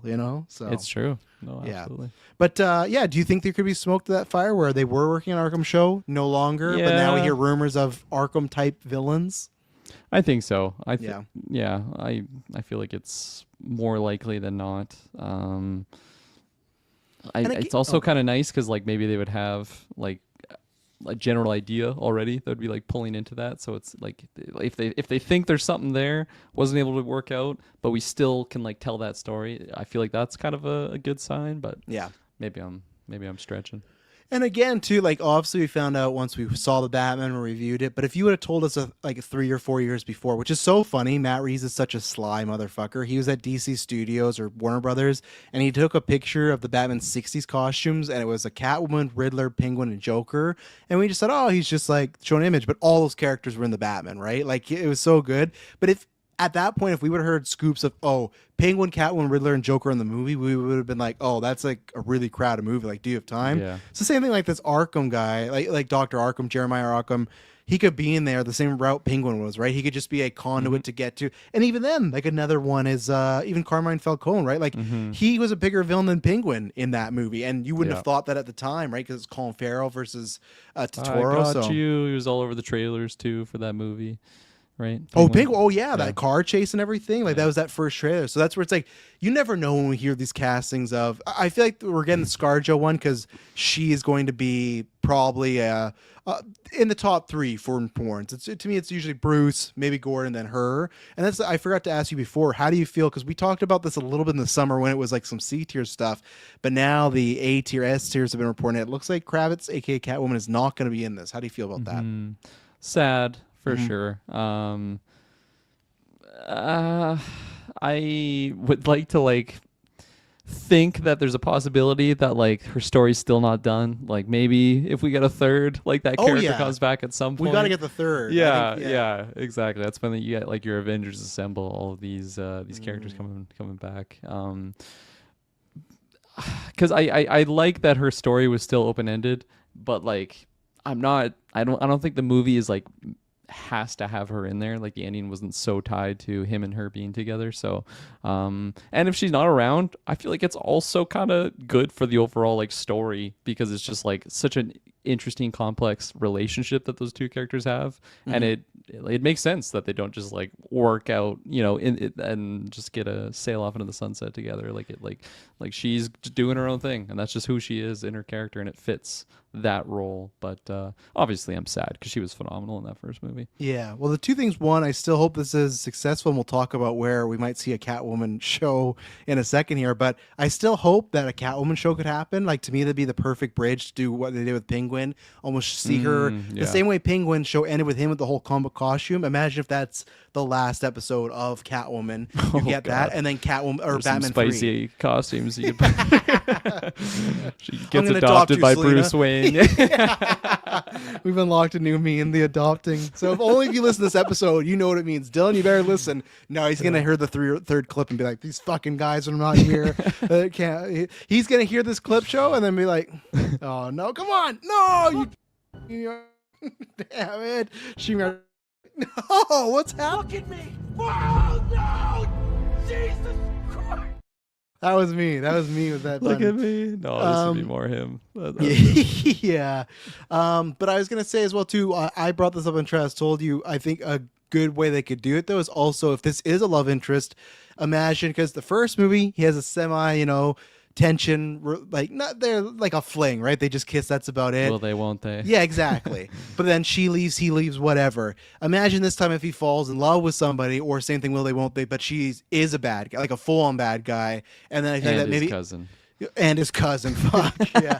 It really cements like, oh, Selena is like maybe more like he can trust her a little bit more. Like it wasn't just like it's not just. Oh, every girl I meet that I'm Batman, they're attracted to me and want to adopt me, right? It's like, oh, I could actually trust. I just be like, it could be an epiphany that, oh, I can actually trust Selena more than a lot of other people, right?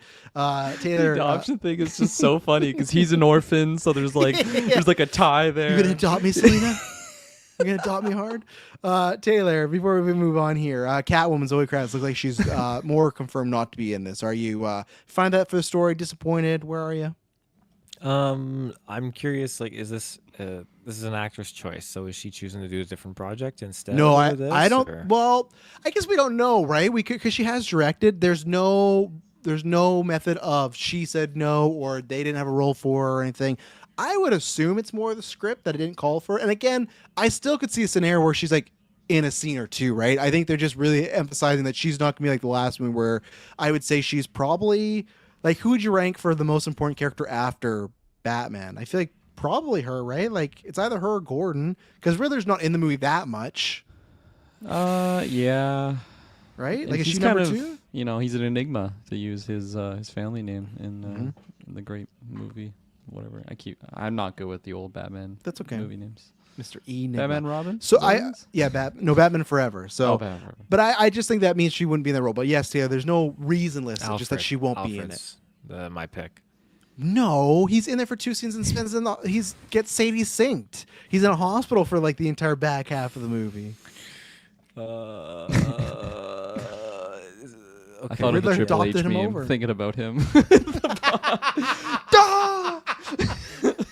Only a meme that us three and SOs I might know. be able to I'm figure sorry. out. That might but be too inside. That's too inside But, base. But yeah. there's a 1-star review. Taylor, Zoe Kravitz, Catwoman, not in this. We don't know the reason why, but how do you feel? Don't know the reason why. Yeah, I mean, I feel okay. I think they would set up a really hype and exciting kind of moment if she was to come back in the third one, and they just kind of like Hell they yeah. don't they keep Yeah. it subtle. You don't see it coming, and it's just like Full you know, suit? Robbie, full suit. Robbie P's getting the shit kicked out of him, shotgun to the head, bounces By off Robbie his G. mask, and then by Robbie G. And then who comes in to save the day? It's Catwoman, Zoe Kravitz.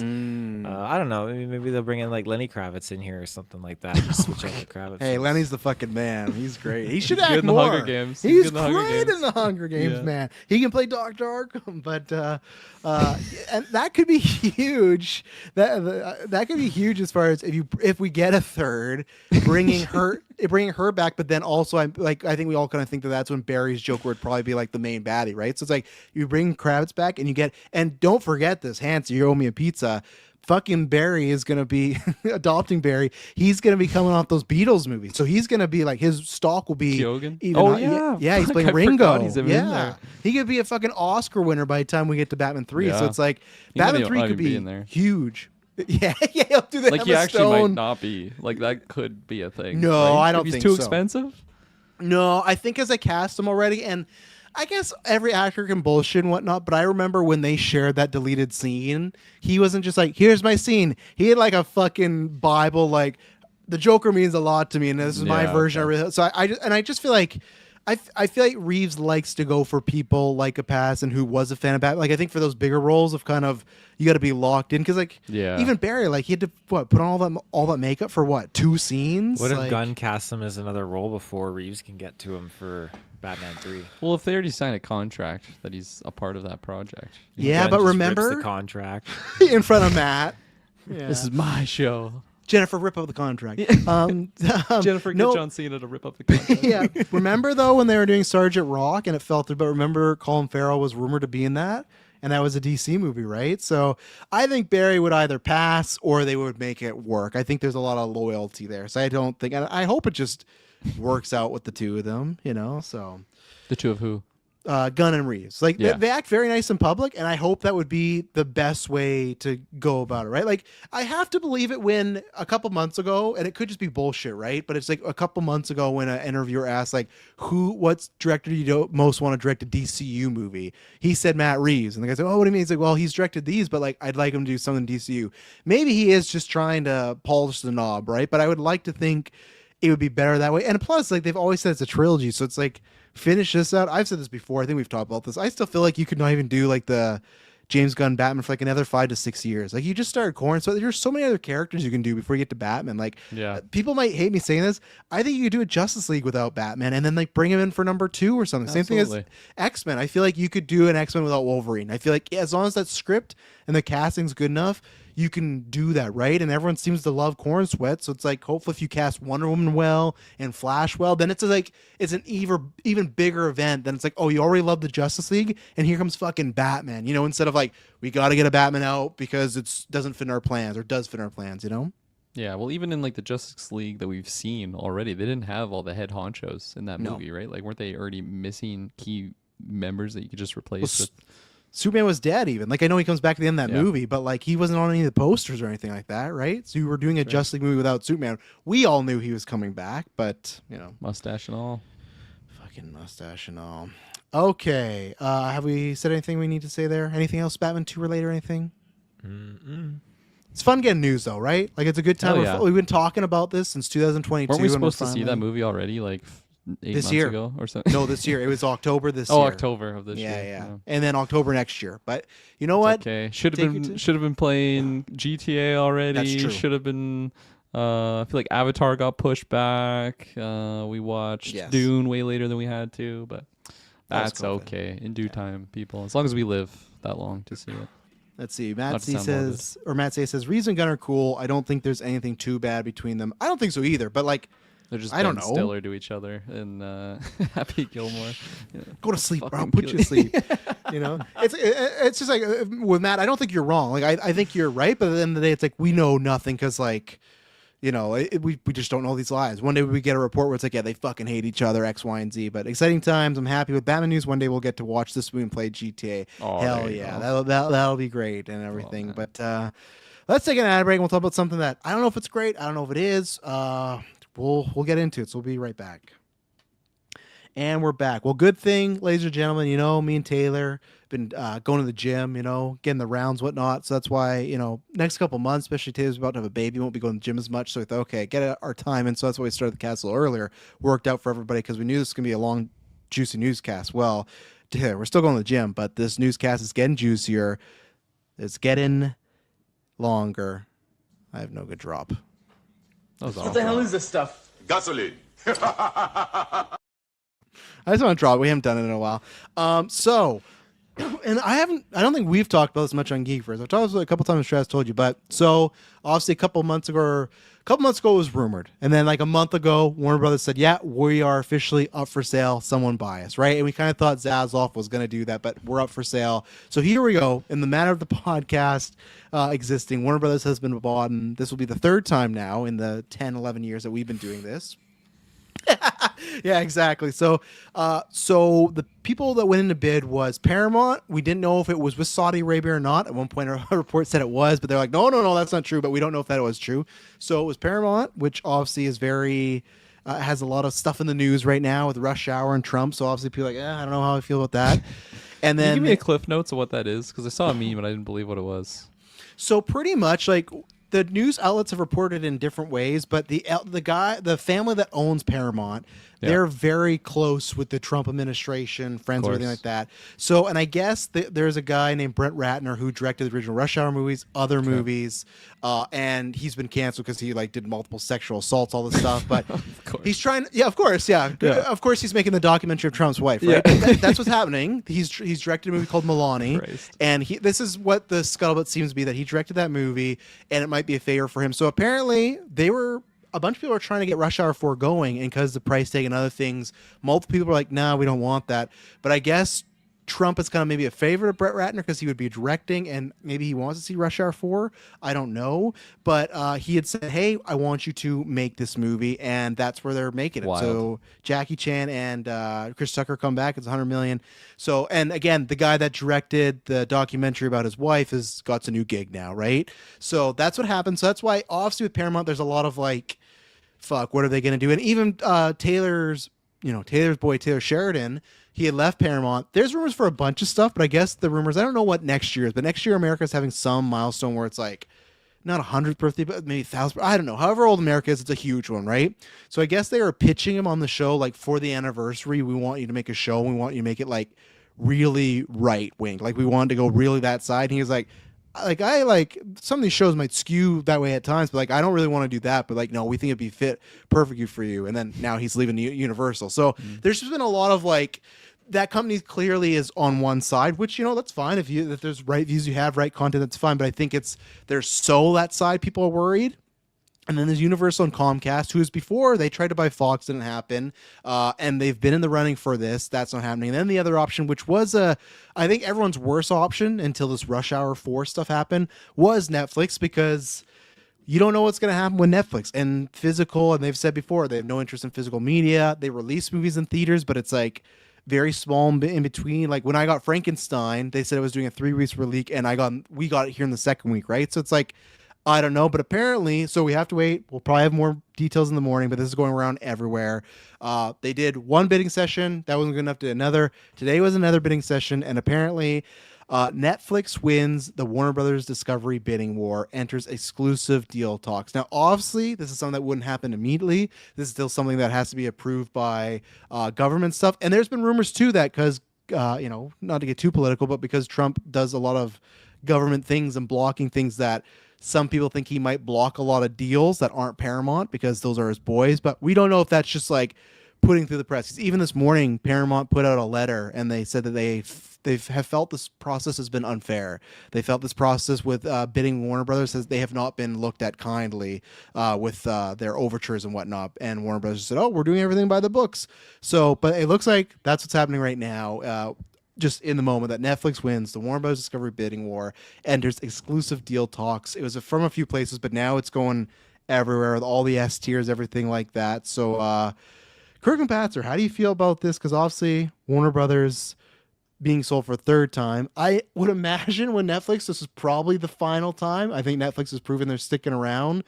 But how do you feel about that? Because, I don't think it's going to happen, but what if there's that reality where the first time you see the Batman 2 is at home on your 50 to 65 inch, And I think that's what people are most worried about is losing all these huge Warner Brothers property. Come on. Netflix has they put movies in theaters?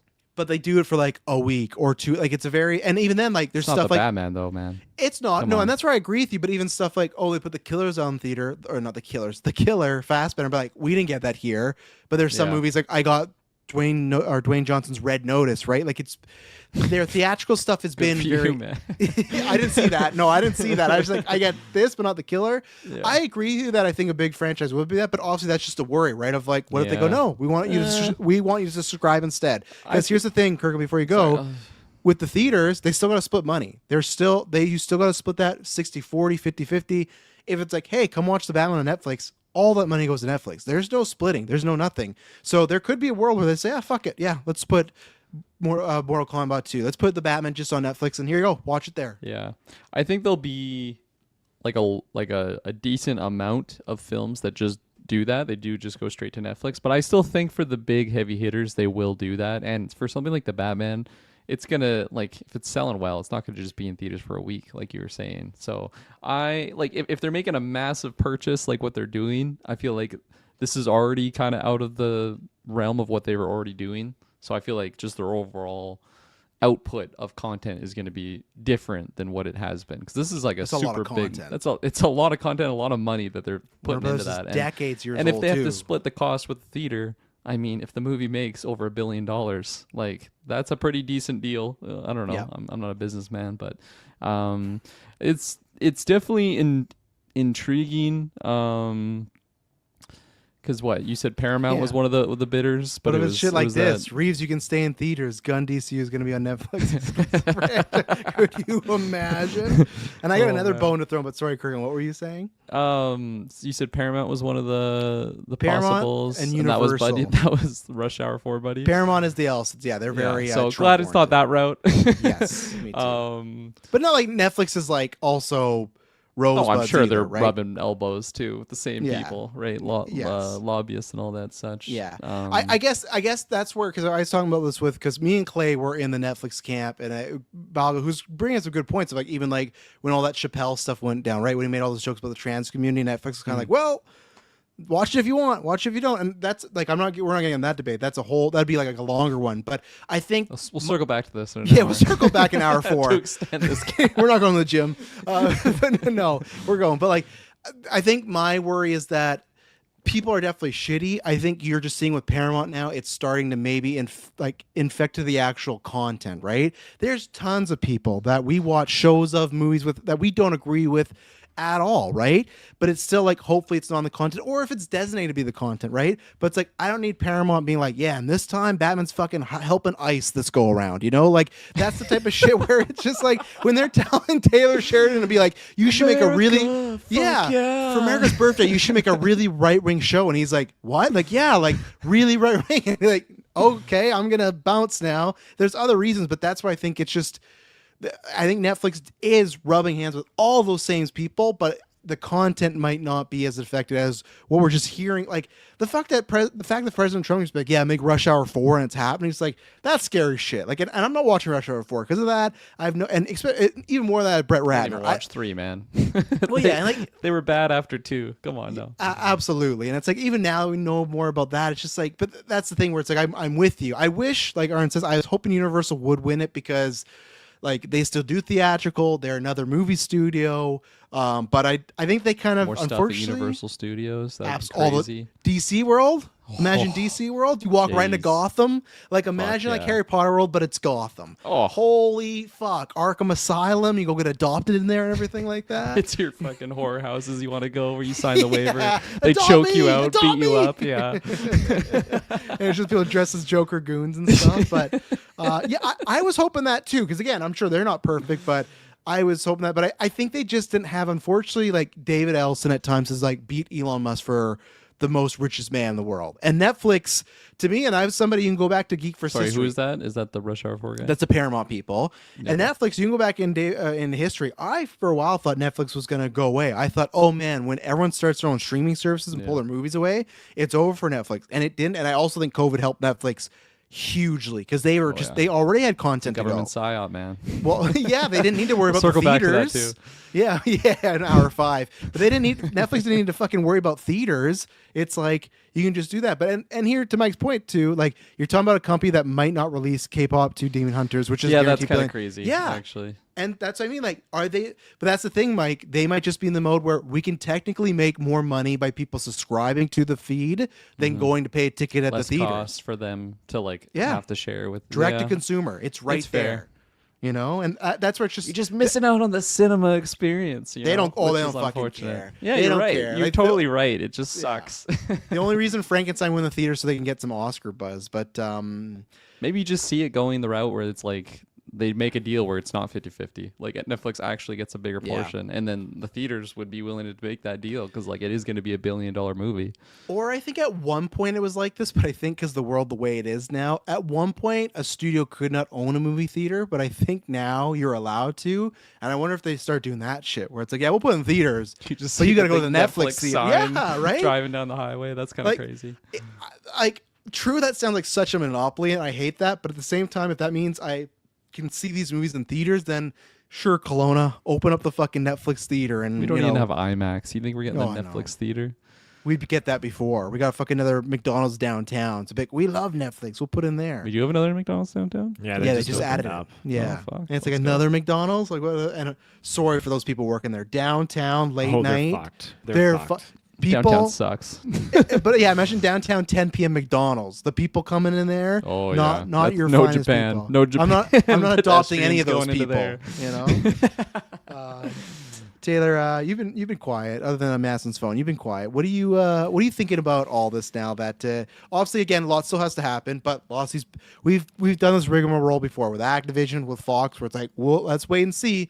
Things could not happen, but at the same time, as of right now, it's looked like if things go through, Netflix will own Warner Brothers and all this IP. So Harry Potter is going to be on Netflix now, which is kind of crazy, right? If this happens. Ooh.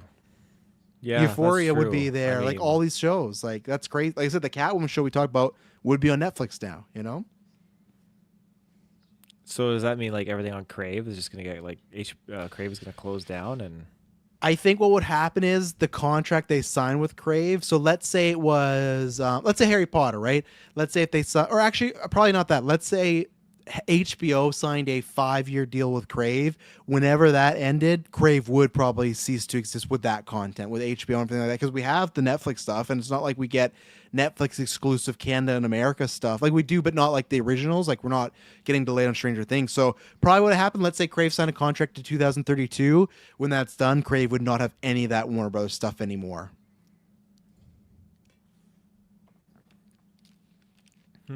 Okay. For a moment, I thought you were talking to me, and I thought I was the one that thought. No, I've thrown it to Taylor, and he asked me a question on my question. So, Taylor, go ahead. Are you on delay, Taylor? Are you watching some porn over there? think- What's going on? What the fuck? No, What's happening? I can see. I've been sitting here for like 20 minutes and just like listening to you guys with a perfect connection, And then now it's like been cycling. Like, of course, now when I have to fucking talk there, it's being weird. So. Oh no! I'm getting some audio through your mic. There. Someone's being adopted right now. Hard. All right, Taylor, go. Netflix, Warner Brothers, go. Yeah, Netflix getting it, I think is great because I feel like we're gonna be. Well, okay, what's wrong? Am I delayed? You're a little delayed. Just go. Just go. Yeah, Go. just keep going. Sorry. Yeah. Okay, let me leave the room and come back. Talk, fill the room. Imagine if he just got up, walked, and then left the room and stuff. He doesn't leave the room. He doesn't leave the Leaves room his there. physical space. But no, that is an interesting point that they brought up as far as Crave because that it'll change and that's the thing. This Like deal Max does change, 2, right? That would be the same thing. I think they'd shutter all that stuff. Even HBO, does HBO stay? And that's what's interesting too, because you look at Disney when they bought Fox, obviously a lot of stuff went over, but they still have 20th Century, right? Like they kept that studio open to do more Oscar adult movies. So it's still a studio. It's not the same, but it's kind of adjacent. So I wonder if they do that too, if let's keep HBO, but not HBO Max, because Max is let's do that on Netflix. It's such a big scale of money that it's it's not just easy to just take all of that and throw it under the Netflix. This is how we're gonna do it now. That's why I just feel like they have to kind of shift how they have been doing things, whether it's buying a fucking theater or just putting more things into the theaters. I don't know. I feel like it's just. I mean, I guess in the sense of Crave and HBO Max, we're talking streaming services. So it could just get incorporated in Netflix. Absolutely. Netflix is now $60 a month. Fucking oh yeah. When everyone's that now we know why. When everyone's complaining about those prices going up, we know why. They're fucking trying to buy Batman because it's well now I'm not paying for Crave and all these other things, right? It's just I'm already paying those amounts just in all these different areas. And let's see, was created. I want to see how old technically. Warner Brothers was created in 1923. It is a 100-year-old company. The amount of Netflix already has a lot of content. People put stuff on there. Now you're getting 100 years worth of content, and a lot of some of the biggest movies of all time. Even just you got primarily Nolan's category there too, right? And that's the other thing too. People like Nolan who doesn't like streaming, and Tom Cruise. That's what's gonna be interesting too, right? And that's what I always hated about this, where I wanted Warner Brothers to stay the same because now we're down to 4 big studios. We've lost another big studio, but now it's those people like Tom and Nolan.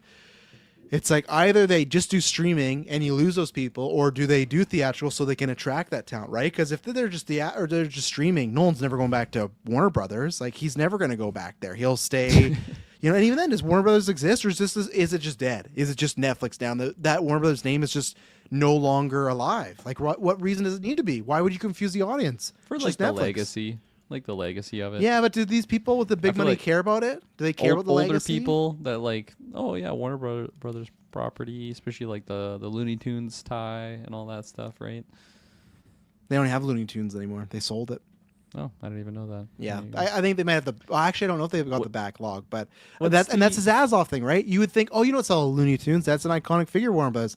Nah, we don't want it. So that's where it's these Netflix people. I don't think that's a thing where they're gonna. And here's one thing before we go back to Taylor. Super funny. I can't remember his position, but he has a high-ranking position. Fucking Big Dan Lin is over there as a CEO or something. Like that. I will get his official title, but man, what a fucking crazy way to maybe reroute and get yourself to be running DC, right? Oh, he shit. does the interview, doesn't get the job, and now. I'll get his official title. Okay, here it is. He's just been Thanos this whole time since he lost. Well, I don't know if he lost the job, but he just didn't get that. He didn't get the job. Yeah, I think he interviewed and didn't get it. But this is collecting the fucking soul, the gems. His official title right now is Dan Lin was named chairman of Netflix Film. So this guy who lost, let's say in this scenario, lost the interview process to James Gunn, could now be his fucking boss. Oh yeah. And taking his wife too at this point. He's gonna adopt Jennifer Holland. At this point, maybe he's just oh cool, I like what you're doing in the DCU, James. What if this is his chance to do whatever he wants to? There's if this goes down, there's so many dominoes that are going down, and man, we can bring back the Big Dan Lin. Big yeah. Dan Lin. He's Big Dan Lin for sure. He just Get him helped loaded up in by the Warner files. Brothers. Go He's back. on my WW 2K roster. We next will. Extra Life. S Bobs, if you Big Dan still, Lin. if you have Yeah. direct link to the video you made, can you drop in the Discord? Because I want to use that to promote this episode. But Taylor, He hope made you're, Big Dan Lin. Is that what you're telling me right now? have you ever S Bobs drop in the Discord and I'll bring it up for this episode. We'll watch yeah. a little bit. Yeah. Absolutely. Taylor Field, Netflix buying Warner Brothers. We laid out a bunch of scenarios, hoping your Wi-Fi is good. What do you think? Yeah, so my biggest beef with Netflix is them cracking down on the account sharing. I fucking hate that. You pay money more for of the it. service and you share that with the family. You should illegally share it with people. Yeah. Taylor's a pirate, man. He's got the Yeah. fucking No, I can't trading company tattoo on his arm. That's right. Yeah, you can't share it anymore because they fucking lock you out of the account unless you sign back into your home Wi-Fi, right? So that's how they get you. I think I just pay for the ad Cocksuckers. version now because originally I was paying it was like $20-$30 a month or whatever, and I thought, you know what, I don't need this, and I canceled it for a little bit because it was just bothering me. A lot of Netflix stuff, I felt like it was just trash TV, all these different Too woke, programs. too woke. Yeah, it was. You pick Where's what you Batman watch, with Taylor. ice? You pick what you watch. That's all I'm saying. But it bothers me because it's like forcing me to watch Madison will watch some of these shows and I'll walk by and I just stand there and I just like The Shining. He's just like You're just Jack Torrance watching Jack your Torrance wife watch watching your it. shows. Yeah. Poor Madison That's just right. sitting there enjoying her shows, and Taylor's thinking about doing the. I won't forget you, buddy. Just thinking See, I about leaving picture his it wife. more like this.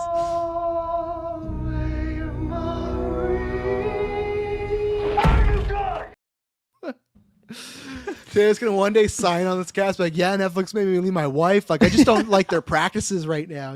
I just don't like what they're doing here. But yeah, no, well, I think at this point with them getting all of this content, that's absolutely like crazy. It's bonkers to think about everything they've just kind of absorbed into that umbrella, and it's a big shaft to the people that work in movie theaters because if they don't put their movies into the theaters, then they're they're taking away jobs. They're getting people fired. They're closing theaters down. So it's a absolutely, big there will con. be tons of people that lose their job because Oh, of yeah. because of this. So And Because I of Big think Dan it's Lin. because Heel not turn. directly him, but he might be a So- part of it. no, correct me if I'm wrong. So they could just right now they could squash Batman Part 2. They could squash James Not right Gunn's now. universe. They like this purchase. So This might two not even thing- go through. right? Yeah, so technically Oh, they it's have going to through. like. I agree with you, Taylor. It's going through unless the scenario people pan out that Trump does block it because he is like the He just people. wants his buddy to buy it. Yes. And he He literally would just stops block his it. deal. He Isn't would. that 'Cause crazy that's he- possible? Yes, and that's why people think things are really fucked up right now. Wake Everybody up! can just calm down. Everybody If you see what's going on, instead of just watching Netflix, They are going out of their way to fuck me. We're but matching yeah, that energy right now. literally, yeah. QT. The quote for this another quote is they're entering an exclusive. I don't know what this means. Netflix is offering a $30 per share, which I know, and then $1 billion break up fee. Sure, but the sale's not yet finalized, as the U.S. Department of Justice could also interfere due to antitrust concerns, and a lot of those people are very closely associated with Trump. Now, tons of people have thought, okay, this rumor of they're going to block it and they're just going to let Paramount, like there was a rumor like no matter who gets this, they're going to block it till Paramount gets that. People don't know, is that a truth that Trump and would do that, or is that just people in Paramount putting that out like, hey, I don't even think you should bid on it because I don't think you'd even get it. They even kind of said that today where it's like, well, all the red tape you'd have to go through this stuff, like I don't think it's worth it. So we are going to find out now and that's what's going to happen is literally we could see a situation where Trump and his buddies block this and then his fucking friends just end up with it, or maybe Warner Brothers will be like, fuck you, we're not doing that. I don't know because they still have to agree to a sale, but that has been something floated out because they do technically have the power to do. He has the power to do said thing. Rush Hour 4. So breakup fee, also referred to as a termination fee, is a penalty that is typically paid out in mergers and acquisitions if the seller backs out of the deal. Oh, okay. It's nice they put that in there, but Netflix isn't backing out. I don't think they're so- going to go through this. Seems like Paramount reportedly offered $5 billion breakup fee if Warner Brothers acquisition deal fails to close with them, I think is what it Okay, means so here. they just counter offer. But I would say, Taylor, it would probably the Batman's going to film, right? But to your point, and I don't think they would do this, but fucking Batgirl, right? Batgirl's being made Oh, by the yeah. old owners, and Rest then in peace. yeah, and then Zaslav like, oh, we're gonna get rid of that. Those So tapes it's like, are out there, right? Like there is a On a shelf. situation that we might be able to see that content well- and like get leaked some way, shape, or form. When Trump it's wants possible. to see it, he'll. It's gonna be like a national treasure situation. If Benjamin Paramount Gates buys gets it- his hands on that film. Well, and that's it. releases Paramount buys it, then Trump will be like, "Hey, can you? I want Rush Hour 4, and I want Batgirl." I've been watching a lot of Batgirl. I got the original copy of Batgirl. It's so good. I've been wanting to adopt Batgirl my whole life, So what they would have to do is, because the directors said, because they got asked if like could they pull off like a Snyder Cut situation.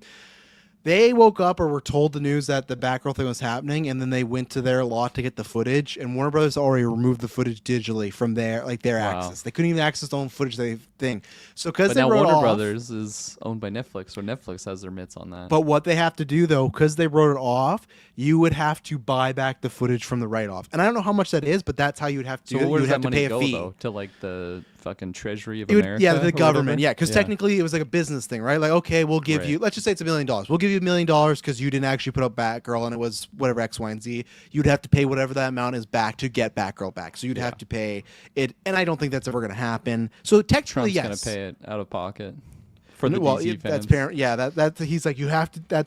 He sat the Elson guys. The only way I'll back you is if you give me that Batgirl movie. You know, He was in tears when he watched it. It was just the perfect movie. Yeah. So, and Taylor, when you ask like how long this could go through, we don't know, because like I remember, I'm trying to think, when did Fox get bought by Disney? Fox bought by Disney. That was like 2018 because we did that cast before. So 2019. Okay, hang on. No, I'm trying to see when the bid. It got finalized March 2019-20. Okay, here you go. Listen to this. 1920, like COVID year is when that happened. Sorry, just 19. Here it is. The deal was announced 2017. It wasn't finalized till 2019. So Okay. put that in perspective, it took 2 years. So right now, if we're December 2025, by December 2027, the Batman Part 2 will hopefully be out. So Matt Reeves, no more fucking delays. We got to get this shit done.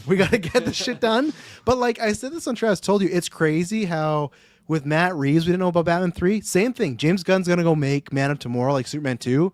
He has no idea if he's going to do another Superman, another Peacemaker. Like, that's more than even Matt Reeves. I would love to, because we joke about James Gunn, but I think James Gunn's actually a good guy. I like to love the majority of his work. I would love to be a fucking eye on a fly on the wall right now in Jennifer in his bedroom. Not to watch anything that, just like as they're going to bed tonight, He's like adopting. just like literally as they're about to go to bed, you're getting text or notifications of like, yeah, Netflix is buying. It's like that must be crazy, right? Because he's not even been running DC Studios that long. It's been like 2-3 years, and it's like it just started. Well, this is like it literally the just started Dwayne this Johnson year thing, right? Yeah, but that was different. He was trying to take over DC. He wasn't actually getting DC. He just was like positioning himself, and then they gave the job to Gunn. I think he thought he was getting DC, but it's crazy how again where we got Superman. You can feel the mana. You can feel the mana. That's what he was saying his ass off on his pitch. Like, he was feel the Monica. But that's the thing where, and I've said this before too, I don't think if they don't do the DCU, I think from now on you just do solo movies. I don't think DC would survive another like universe reboot right now. No. Like imagine that. Like we just got Corn Sweat Company, and then 3 years later it's like, here's Jacob Elordi, Timothy Chalamet as Superman. It's like, but we just got like another new Superman. Like I that's why I feel like, to me, because next year we got Clayface and Supergirl, and maybe I'll ask you guys this too. Let's say this goes through, and you got Dan Lin, you get other people. Do you think it is like an immediate, like a Batgirl? It's that we're cutting stuff, we're changing stuff. Here we go. Or do you think you kind of let and see things how they play? Because you got Clayface, you got Supergirl, you got Man of Tomorrow, you even got the Batman Part 2. Like, what do you think is gonna? Also, we have no idea what these billionaires would do. But Kirk, what do you think could be the method we might see if Netflix gets it, and that we have a whole universe cooking right now? Like for the current DC, all that stuff. Yeah.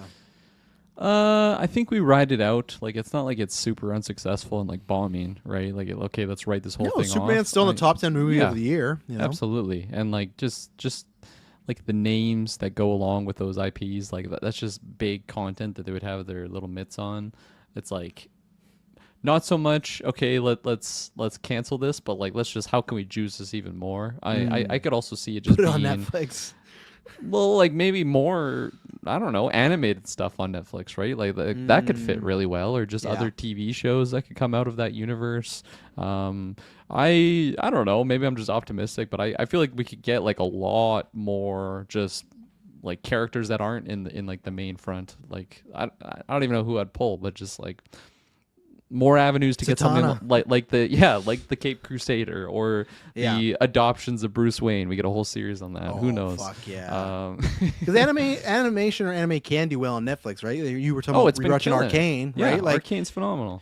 Obviously, I still think there's a little bit of like a superhero fatigue going on right now, but if you can make the good content, it would be there. What do you think the break-off point is? Do you think it's like do you think like they look at it? James Gunn universe stuff? Yeah, like do you think Supergirl and Clayface next year come out and like, oh, it's based off that? Or do you think it's like let's at least wait till Superman 2? Because to me, that's what I would be. Like if it was plopped down to me, I'd be like, see how Man of Tomorrow does first and then go from there, right? Because like if that underwhelms, because that underwhelms, I could say, okay, maybe we make some changes, or maybe you could say, hey, Gunn's not the guy, right? Because I'm somebody that said like, I'm really hoping Supergirl and Clayface aren't the same type of vibe as his other stuff, because I haven't been loving his DC stuff, right? So, and I do think one thing that's super like curious, and it's going to be really interesting to see, is we always joked about with Zaslav and Gunn and Reeves.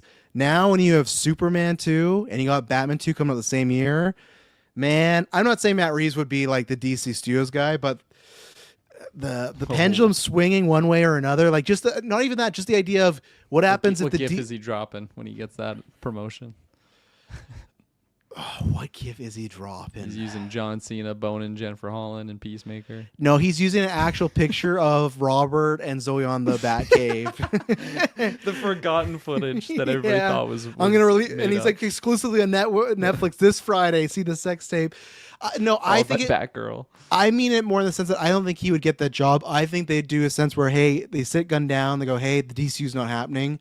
We're just gonna do the old DC where it's like solo films, but Reeves, you can do whatever you want with Batman. You know, like that's the scenario. And even then, I don't know, maybe Superman beats Batman. I really don't know, but that puts their relationship and the whole thing in a very, very interesting spot now with those movies coming out within months of each other.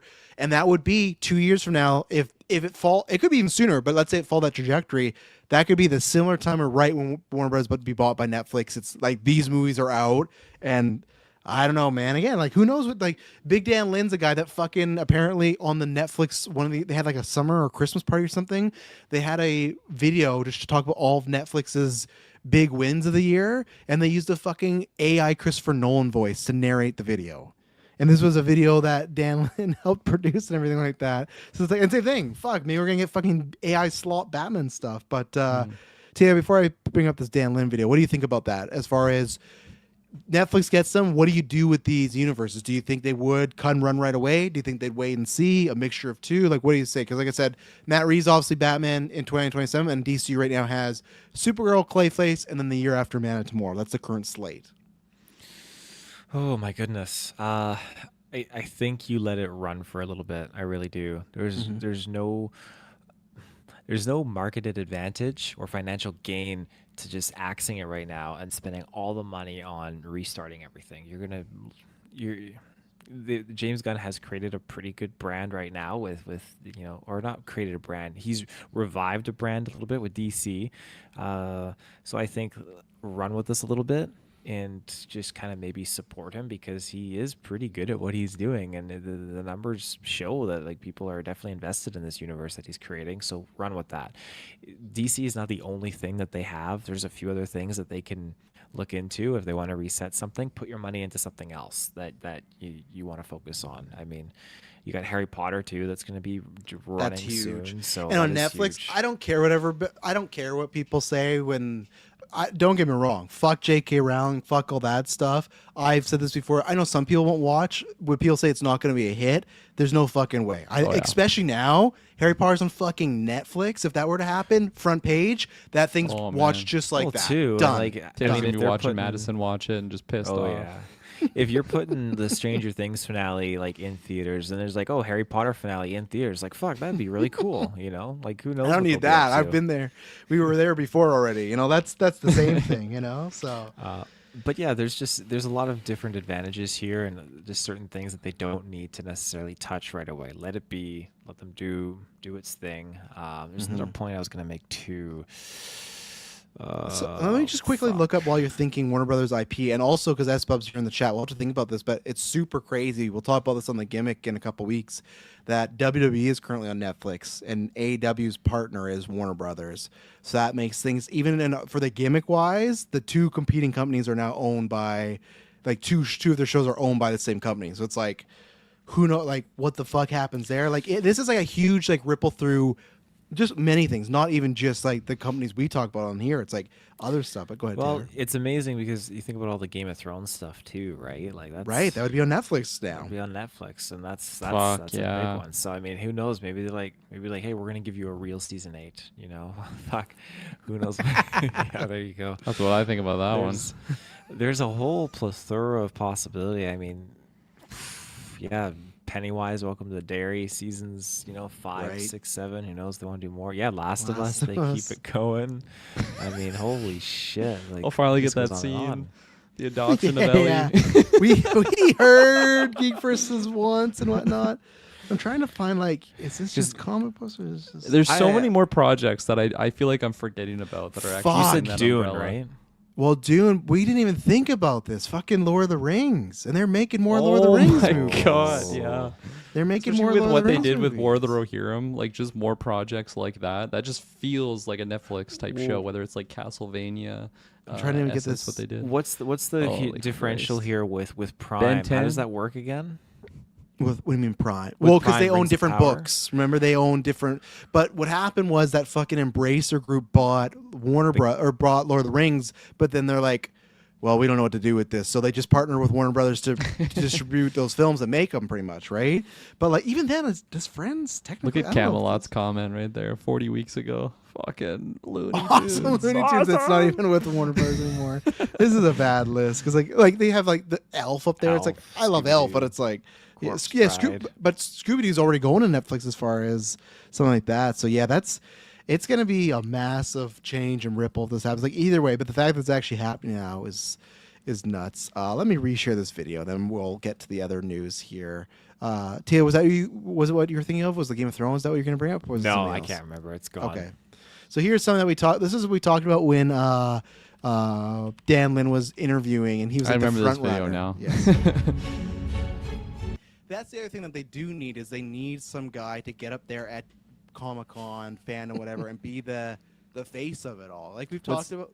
Oh, go ahead. I was gonna say, what's Dan Lin's thing? Like Feige's got the hats. Is he just like wearing like fanny packs or something? Belts, Like he has like custom huge belt belts, buckle. yeah. And then when crowds yell, like if there's like a heckler, he just takes it off and like fucking like strikes him in the face. It's like a 50 like grand like belt buckle design and studded too, like Whatever so over the the logo top, of like the a movie is, rapper his or yeah. something. Yeah. It's like, look what I spend my paycheck on. It's like, I thought you were producing the movies, man, and stuff like Suck that. my dick. I run Warner Brothers. Yeah.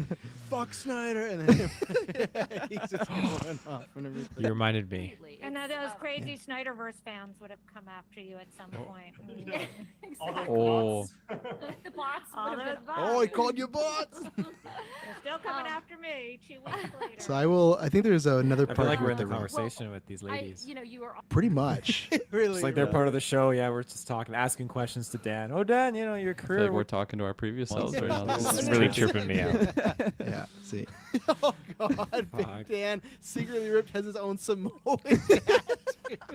Shout out to S Bubs. He puts in a good. So check out our. Where's Discord. the dead Robin tattoo? Or this isn't I love Jared it. Leto's. That was Jared Leto's Joker. It is. I don't think you can see it. Like his shoulder, like his collarbone area. Oh no, to the left on the bicep, his right bicep. There's a to the dead left on Robin his and right- then Oh, yeah, his there right is. Yeah, bicep. right there. Yeah, I our see it. left, I see it now. Yeah. And there's So. a dead bat. But yeah, no, you can go back and listen to that whole thing. This was a good time. So that's what thanks for I'm just looking through like all this stuff. Oh, what is these hats? Too. Huge belt buckle too. Yeah. He's Stephen Young's character from Nope. Yeah.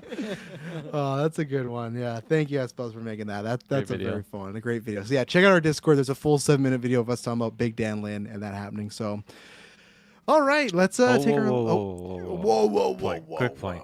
So do you think that Dan Lin could just be like, all right, James Gunn, take a back seat. Snyder, I'm giving you the DC again.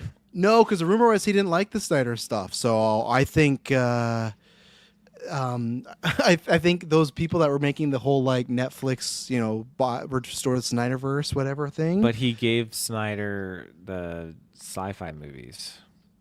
No, that was before he was there.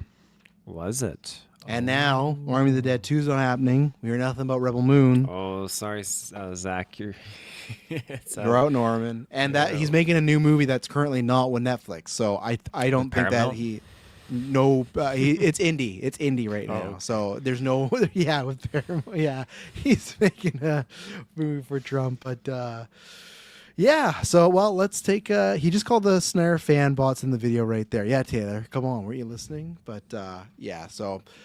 Well, we'll see. We'll talk about that the coming weeks. We'll see what happens. But yeah, crazy times that we're going to be Netflix Warner Bros. Is going to be a whole thing. And yeah, I really hope that we still get the theatrical stuff. I do not want to be seeing the Batman day one on my TV. As much as I love my soundbar on my TV, I'm a theatrical guy. Maybe I feel like you would still like you say that, but then I feel like you've also seen like cracked copies, like cam versions before the movie comes out because you just got to know you're that type of person. Not now though. Yeah, but not now. But like because most of them it's going to be dropping the famous start of the scene. I watched one scene. I watched the start of the scene, and then I pulled out. Okay, I pulled out.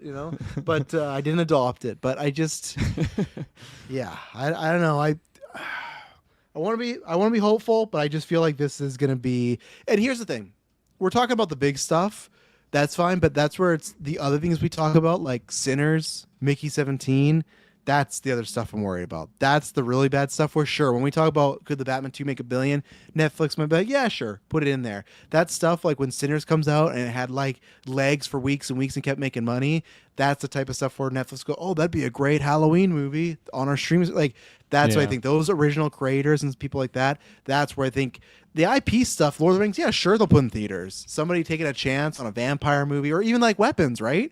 Would they look at it and go, oh, no, that can go on streaming? People love horror movies on Netflix during Halloween. Like that's more of it. That's the people, the mid-tier films and indie films, those I think are going to be where it's completely fucked. That's where I don't think, and I hope I'm wrong. I hope Netflix goes, you know what? We know we're taking this big thing on. Let's try and take this approach and do more theatrical. But I could just see them being like, we'll make more money this way. And that's what sucks. So that's why, again, what Taylor's talking about.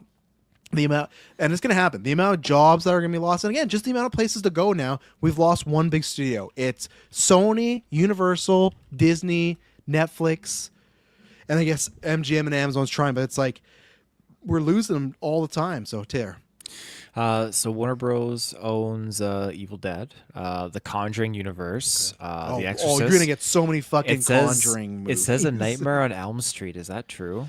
I don't know if it is because I think it's one of those luckily that Wes Craven signed a deal that after a certain amount of time it went back to him. So I think currently his wife has the rights. So I think they might have to go through Warner Brothers, but I think she has the yes or no on if they can make that. But maybe, The Shining, Malignant is another one.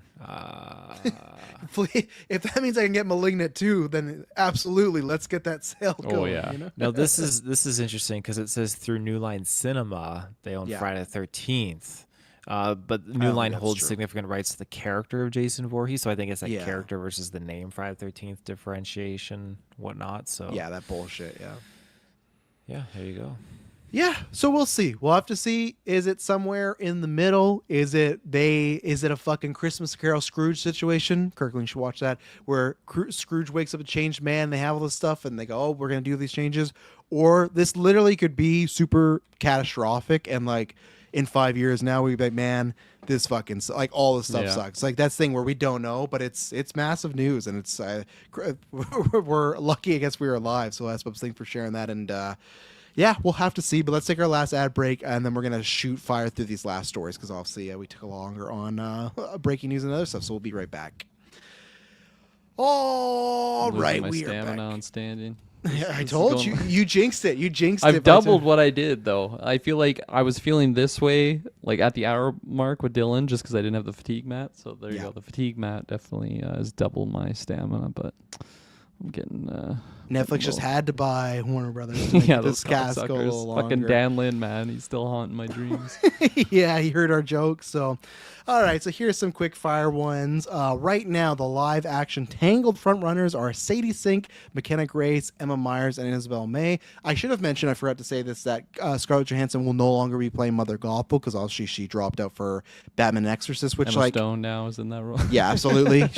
They'll pay the money, but and I know people might be excited for the Tangled one. They think that's a good one for live action aesthetic, but to me, it's like if you're looking at The Exorcist with Mike Flanagan, the Batman, it's like you clearly drop Tangled. Like there's nothing special to do with. I just feel as an actor that's a full paycheck movie. But those are the front runners right now: Sadie Sink, Mckenna Grace, Emma Myers, and Isabel May. Right now, it's been announced that they are currently working on a new Men in Black. Will Smith is not officially on board. I guess what's going to happen is they write the script and they're going to send it to him, and that's when he's going to agree or not agree. We all know this fucking guy is going to agree. Like unless they kill him 2 minutes in. Oh, there's Kirkland trying to get the chair. I'm just saying we all know this fucking guy's going to agree. And then for Man of Tomorrow, obviously you guys don't know the character too well, but right now the front runners are, well, the short list was Sam Rockwell, Claire's Bane, and the guy who was the villain of Northman, like the uncle. Oh, yep. Yeah, and then Matt Smith, but then it came out that Matt Smith is the front runner. Brainiac is like a cyborg, very. I want just to describe it for you guys. One day we will review that animated show, but it's like I'd say like adjacent to like an Ultron type of character, but DC, big ties to Krypton, everything like that. So yeah, what do you guys think about some of these quick fire news I'm throwing at you that are now? These were supposed to be full main topics, but we're running out of time. So what do you think about these? I like the juice of pretty much all these names. For which part? In both gender categories, honestly. I feel like my favorite out of the Tangled, I mean, I think they can all do really well. I don't know who Isabel May is. Me, I did not know at all either when I saw it. Usually I do, but I did not know. Isabel May, quick Google. Okay. I haven't seen any of these projects that she's been in. I'm going to go... I think Emma Myers is my pick, but I don't know. Sadie Sink sounds too expensive for the role. 20 million. Yeah. And to me, it's like, if she hadn't been, because she's in Spider-Man next year, to me, all her choices since Stranger Things have not been big IP stuff. If she was in Spider-Man, for the Oscar projects, right? Wasn't she in The Whale? Yeah, she was in The Whale. Great nominee. Best actress in the Stranger Things cast, Kirkland. Interesting, some would say. Some would say right. The thing is, though, I feel like Spider-Man is kind of acting as like, oh, this is my big IP movie, right? Yeah. If she wasn't in that, I'd feel like, oh, Tangled could make sense. Big IP also, but whatever. But you know what I mean, right? She's now a name going into an IP, being a character where I just don't know if she can do Spider-Man and then do Tangled back to back. I don't see it. Seems unlikely. I agree. Emma Myers fits more. Well. Same with more than Sadie McKenna Sink or Grace. all of them. I was gonna say Mckenna Grace. If you look at her, she's just like, I don't know, ripped from the animation.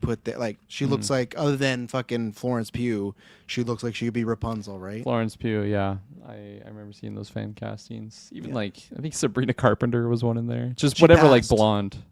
They offered it to her first. She passed. Yeah. When you said that, for literally a moment in my life, I thought that you meant she died or something. Like, oh no, you didn't hear? Sabrina Carpenter, terrible accident. You're not gonna like what the fifth topic is.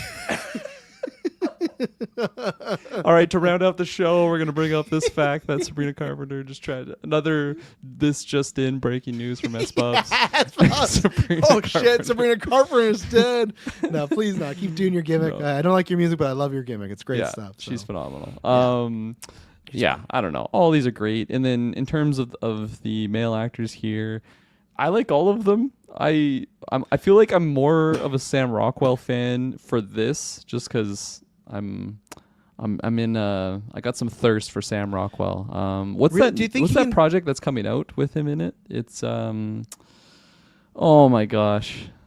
Let me pull it up. Oh, that one you just watched a trailer for or something, right? Yeah. Yeah. It's like a new one coming out. Can he play, in your opinion, like a cyborgy type of very monotone villainous thing? Like, I feel like Sam Rockwell's energy and enigma. Good luck, right? have fun, don't die. That's the movie. Yeah. 2026 February, I think, is when it drops. Okay. We're like Claire Baines, Northman guy, and Matt Smith. You can clearly see the more. I guess I see where you're coming from.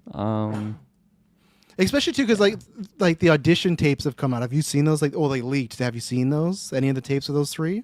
Negative. Okay, well, I'll bring it up right now. I'm gonna start with Matt Smith's tape. This is what that was got sent in there. So, You clever girl.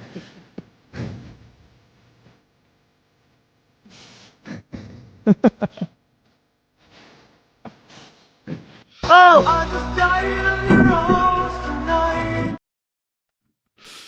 YouTube wasn't quick enough. I was really hoping you guys wouldn't see it before I pulled it up. God damn it! I didn't see it until it Oh, came good, up, so- perfect. But okay, so you're feeling Sam Rockwell, eh? I think so. For the heart pick, you make great points, so I can't really say you're wrong, but I'm still sticking with my boy. Okay. And then what was the other piece of news? Oh, Men in Black. You have any interest in Men in Black with Will Smith? I didn't even watch the new Bad Boys movies. I feel like there's been 2 that's come out. There has been 2. My Will Smith stock has gone way down on interest for him as of late. I won't say why, but Why? Yeah. Did something happen? Did he I don't think pass? so. Yeah, he passed. Very tragic. I'm passing on him and this movie. I don't know. It's just too far away from the originals, and yeah, I don't know. What if it's like I guess not really, Top Gun because though? we What if it's have like a the, handoff to him Well, we to had some new that, people? wouldn't we? No, With we didn't. Fucking, what's Will their Smith faces? hand off to Chris Hemsworth and Tessa Thompson? He did was by there? not being in it. He was in the third, right? There's 3 He was and in then the 4. yeah, he was in the third. The fourth one he wasn't in though. Yeah, that's okay though. So Leave there's that Rebecca story Ferguson. Okay. Just saying, Not they didn't do interested. that. Not They didn't do interested. that. Okay. You're right. You're right. Taylor, how you feeling all these stories? I'm worried about my Wi-Fi right now. Is it choppy? Am I here? No, you sound great. Okay. Okay. McKenna Grace. I'm gonna pick her. This is Just having fun, man. Making movies, big adventure, having a great time. What an episode. No, I love Tangled. I think it's really grown on me because it's one of Madison's favorites. I've been watching that. Oh, so she pretty indoctrinated you? often. She Had to go see you on your indoctrinated birthday me, at Bernie's? Yeah, that's right. Yeah, and The Big Short right after. Yeah, what a double feature. But it's definitely one that we kind of we'll put on every once in a while and watch. So I was definitely bummed when they were putting it on the back burner, but after the whole thing with Lilo and Stitch, man, Lilo made some money, and they're Stitch, like, yeah, "Oh, let's do made it." some money, and it's back. So that's fantastic. So I'm there for it. I'm really happy about it. But yeah, McKenna Grace, I'd say would be a spot on for that role. Mhm. And then Men in Black. Ooh. You're I'm down juicing for a new Men in Black. I knew I'm Taylor was juicing juicing. for that. Yeah. I didn't really get off very on like a high note. That's what that was.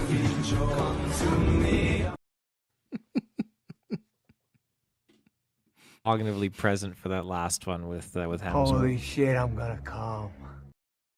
That was Taylor's, not his reaction to Men in Black 4. It was the negative, though. It was nothing. It was no. He did not adopt that movie whatsoever. Yeah, no, I wasn't there. I like. You were. You were on the review. The third, was I on the review for that one? I think so. Let's pull that. I know there was a review for it. I 'cause was thought it there. looked. Yeah, I thought it looked awful, and you guys like, it was. I was fine, but it was like one of those you guys really want to review, and I was like, why do they want to review this? And then I listened to the review, and everyone was like, yeah, this is awful. I feel like it was like you, Dylan, and Amber. I feel like, and maybe Taylor was there. Let me see if I can pull it up here. I wasn't really all for the third one either, but Yeah, you were all there in my house without me. You reviewed it in my own home without me there. that's kind of weird. Yeah. Yo, let's go. What the fuck?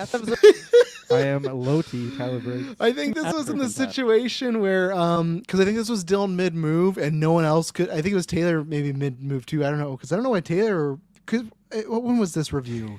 I 6 just years replaced ago? you.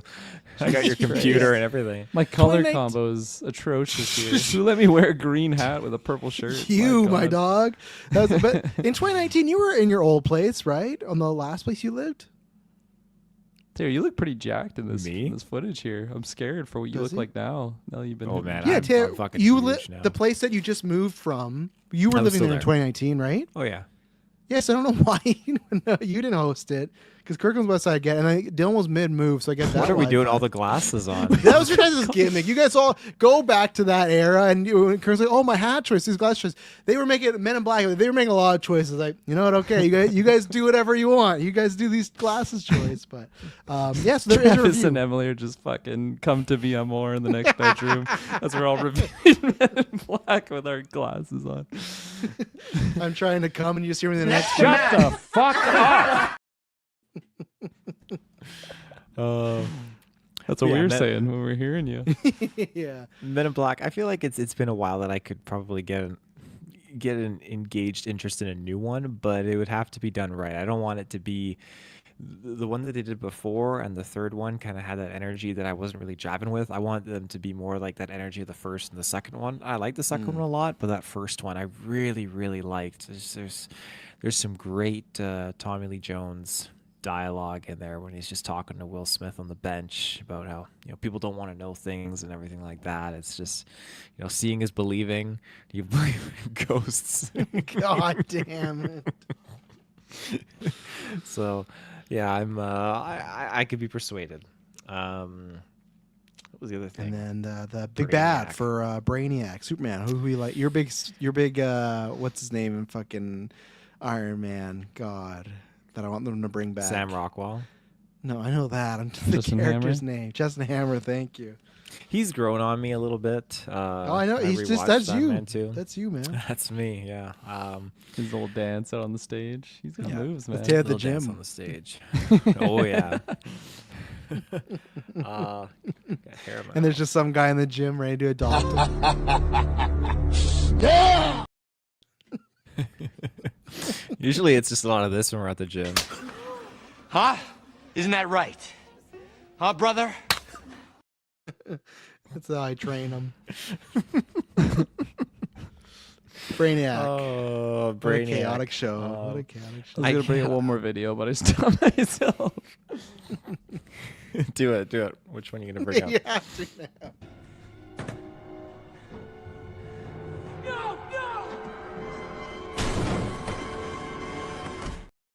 Why that video? There's wasn't no way to throw it to, and we've already That's hit how I'm it. feeling right now at this point. Fucking I 2 can't- hours in. I'm all- Are you fucking kidding me? Like if you had to throw it too great, or we hadn't played it great, but we played that.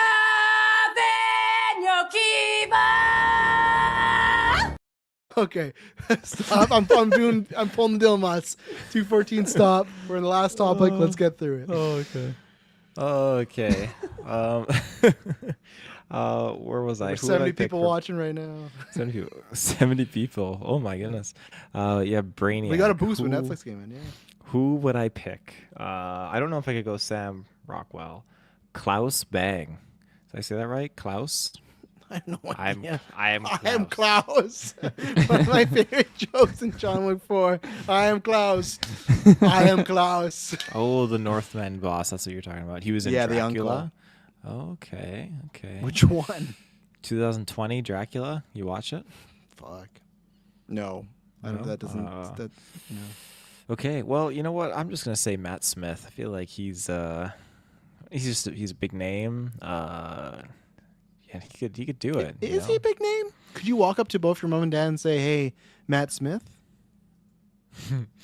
Who is he? Right? Like, I don't know. I mean, if I go up to my parents and say Robbie P, I don't know if they'll know Robbie though. well, first of all, you said Robbie P and then Robert. Robbie. I think they'd worry what the fuck you're on right now. But you're talking about Rob. You don't think they know who Robert Pattinson is? No, my Okay, parents well, do he's a not. bigger star than Matt Smith, so I don't think they would know Matt Smith then. Is he a bigger star? Are Yeah. you? What Yeah. the fuck are you Come on talking now. about? Twilight, Cedric Diggory, and the Batman? Come on. Yeah, that's true. That's true. The three heavy hitters. But yeah, my parents don't. They won't know who he is. He's an Odyssey. Twilight. My parents don't I said even know the Odyssey is coming out. They don't even know that's a They're gonna see Robbie P all over it. Robbie P. And all Robbie over. Matt G. Smith's in there too, right? No, he didn't make the call. I guess he's His price Brainiac. tag was too much. Yeah, he priced no. Give it to Robbie P. I'm gonna need 20 million. And he's like, all right, cool. I'm gonna go get Robbie P. Yeah, Matt Smith is freaking Doctor Who. I get that, but like a lot of people don't watch Doctor Who, Mike. Like I don't watch Doctor Who. I don't watch Doctor Who. Yeah, like and I like knew of that, but like I don't know him because of that per se. So, yeah, my pick is Matt Smith. Is it a boring pick? Kind of, because he's done these roles before, but okay, I think there's another one there, but like Terminator, Jenny Smith, you got Morbius. He's like primed to be a great villain, but he's not been in great products. We'll see, because I guess that's another thing too. We'll have to see how similar his character, if it's to the Star Wars character, right? Because could it be a situation where we see him in 2020? Well, that would be, actually, that is odd. Those movies are coming out the same year, Starfighter and Man of Tomorrow. So that could be also kind of odd. So I kind of get some people that are kind of like, oh, could there be someone else? And I actually would be fine with Claes, because I really liked him in Northman. I was like, oh, I want to see this actor in a bunch of stuff, and we've not seen him in really anything. Like, I guess he's been Dracula, but I mean, like, for us, so I wouldn't mind that. But Matt Smith is like, it is kind of a perfect choice for Brainiac, but I guess it is weird that he'd be the villain of Starfighter in May, and then in July he would be the villain in Superman 2. So yeah, I don't know how that works out. He kind of get typecasted, but hey, stuff in House of Dragon, he's a phenomenal talent, and I would like to see him on a big stage. I guess that's 2 big stages now, Star Wars and this, to get actual big acclaim as a villain. So yeah, I hope it's. I think only when I'm with Taylor, I just don't see Sam Rockwell, but I could be wrong. He's a talented actor, so maybe he could do it. Tangled, I don't give a shit about this movie. I'll only see it because the kids. I think all of them, but Sadie Sink is a good choice. I already spoke why. I think Sadie Sink is a great choice. She can sing. She's a great actress, but I just doesn't make sense to where her career is kind of going right now. I don't know, because I think you started going a different spot there. So yeah, I don't know who Isabel May is, but Emma Meyer, sure, I like her. Mckenna Gray, sure, I like her. So I'm kind of fine with either of them. And Men in Black, like I joked, but it's not a joke. Like, I just love they're gonna send it to Will Smith to see if he'll accept. It's just like, what's he been? I know he's on the bounce back and he acts bizarre because he's a movie star, but like he needs some more work and some more hits because of all that controversy went down, right? And I think people like to see him in that. He can create a fucking original song. Which controversy? What? Which one? Which one is that's? We do have a drop for that. Jesus Christ. But yeah, like I think that's the method you go. I think you put him in the either he hands it down to a few people, he's like a teacher, or you do the Tommy Lee Jones role in the first one where he is the one on the way out retiring and he is the younger partner. And I think just with that, the same, like obviously you got to get a good director script, but I think what is a big deal is with that original movie, you got to find someone that works really well with Will Smith. Like to me, that was the great thing about 2 to me is very meh, but even 3, look at 3 when he went to the past and they got Josh Brolin as Tommy Lee Jones. He was a great acting wise. He was a great Tommy Lee Jones. They had good chemistry. So I think for me, you just have to make sure if they're doing the older to younger person, and oh right, he's also doing I Am Legend too. Remember that? They're retconning the original ending. So like he's in sequel mode. Are they retconning it? Because I thought that had like 2 separate endings they filmed, and they decided to go with the one where he lives. Yeah, but that was that's not the theatrical or DVD one. That's like the alternate ending, and they're going with that one because everyone likes that one better. But so that's why I think Men in Black will happen as long as the script goes through. So to me, it's just you just got to find someone good to pair him with, and I really don't know who as far as young actors. I don't want someone to do the obvious like Michael B. Jordan. Like no, because that's I Am Legend. Like Jacob Elordi. I don't want Jacob Elordi anywhere fucking near Men in Black, man. Don't let that happen. I'm trying to think who is like a young actor like Will Smith in the 90s. Who's that for us right now? That could be like a good equivalent to Will Smith. Tom Holland. What's Buddy from Euphoria? That Austin Abrams? Yeah, there you go. I feel he's going. I think he's or going a just different fuck route it too. and take Dacre Montgomery because he hasn't been in shit all. Okay, I think again, I don't think any of these people were the level of Will Smith in the 90s. I'm talking about someone that has some notoriety. There is no Will Smith from the 90s. I right know, now. but I guess you're right. Rapper, TV TV show guy. Yeah. All right, and let me Tom do Holland, something like, I think Sony loves Tom Holland, so they could do that. I don't know. That's who is the 2012 equivalent of Will Smith from the asking chat? 90s? Yeah. Sabrina Carpenter. Fuck yeah, do She that. just Will passed. Smith and Holy shit. Okay, here's what it says. If you mean who fills the same cultural role in 2025 that Will Smith filled in the 1990s, meaning the charismatic, universally likable, bankable across TV, music, blockbuster films, appealing to adults and kids, and able to anchor a franchise, the top equivalent is Tom Holland. Yeah, that's why when you said that, that's why I didn't say no, because I don't want to see that, but you're not wrong. It's like I can see them thinking that. It's just he's got already big IP stuff, and he's like I don't know. Does he really want to do Spider-Man? Barrow going. What'd you say? Barrow, yeah. Barrow going. Oh yeah, we need that. Strong alternatives. It says Ryan Reynolds, Donald Glover. Stop! He's like 100 years older than Tom Holland. Roll it back for that. Circle back. Who Will Smith's gonna hand it off to is Ryan Reynolds. Hang on. How old is the Will young Smith? up and comer, and he gives it to this guy. Will Smith is 57 and Ryan Reynolds is 49. He's 8 years older than him only. But okay, so I don't think that works. No. Who's the other alternatives? The other alternatives, I'm asking for a revised list, but we got Donald Glover. That's not, honestly, that is, when Kirkland, you said there's no 90s Will Smith, is right, but that is a comparable in a lower tier He's one. also like, what, 40 years old? Yeah. What'd you say? You said 40, right? Yeah. Okay, I heard 4. I'm like, no, I think you're grossly wrong there. Yeah, he's 42. So same thing. You really just passed this down to like, what about, okay, this is going against my criteria because it's not Will Smith, but fuck it. Again, I don't even want him in this movie, but get fucking David Johansson, who played Andy in Alien. Apparently people loved him in The Long Walk. Ooh, yeah. Yeah, like that I could. But again, he's not rapping or anything, so I'm not saying Toure equivalent type guy. Who? Yaya Toure. Who's Yaya Toure? What's his name? No, that's a soccer player. Yaya Abdul. yeah, Abdul Mateen II. Yeah, there you go. Yaya Toure. I thought you were trying to make a joke the way I say E Minum. I thought, like, what rapper is he talking about? Like Yaya Toure? I thought you were trying to say Tupac. But what's that other guy? Slim Sticky Shady? Fingers. Sticky Fingers. All the Sticky Fingers. Who's the Sticky Fingers equivalent to? Yeah, he's 52. He's handing it down to a 5-year younger than him. Kiki Palmer. Yeah. You want me to say something that might be controversial, but it's not my opinion? I love Kiki Palmer. Washed. I would be down. No. No, I'd be down with that. I think just the way things are, I think they'll be like, it has to be a man. It can't be a woman. I think they'll put two men together. Your personal opinion? Nope, not at all. I'm completely fine. I'm completely fine with it being a woman, a they. Fuck. You know what makes me there day one? Men in Black starring Will Smith and Hunter fucking Schafer, man. Have her in there. But like, no, like I just feel like there's fucking Rush Hour 4. Give it to Chris Tucker. But like, I just feel like they're like, no, we should do a man. The last one didn't work out with a woman. So I agree, Mike. That is a good pick. And I think she would comedically fit really well with the aliens, everything. Kiki Palmer can do, like, she would knock that out of the park, but I don't think they will.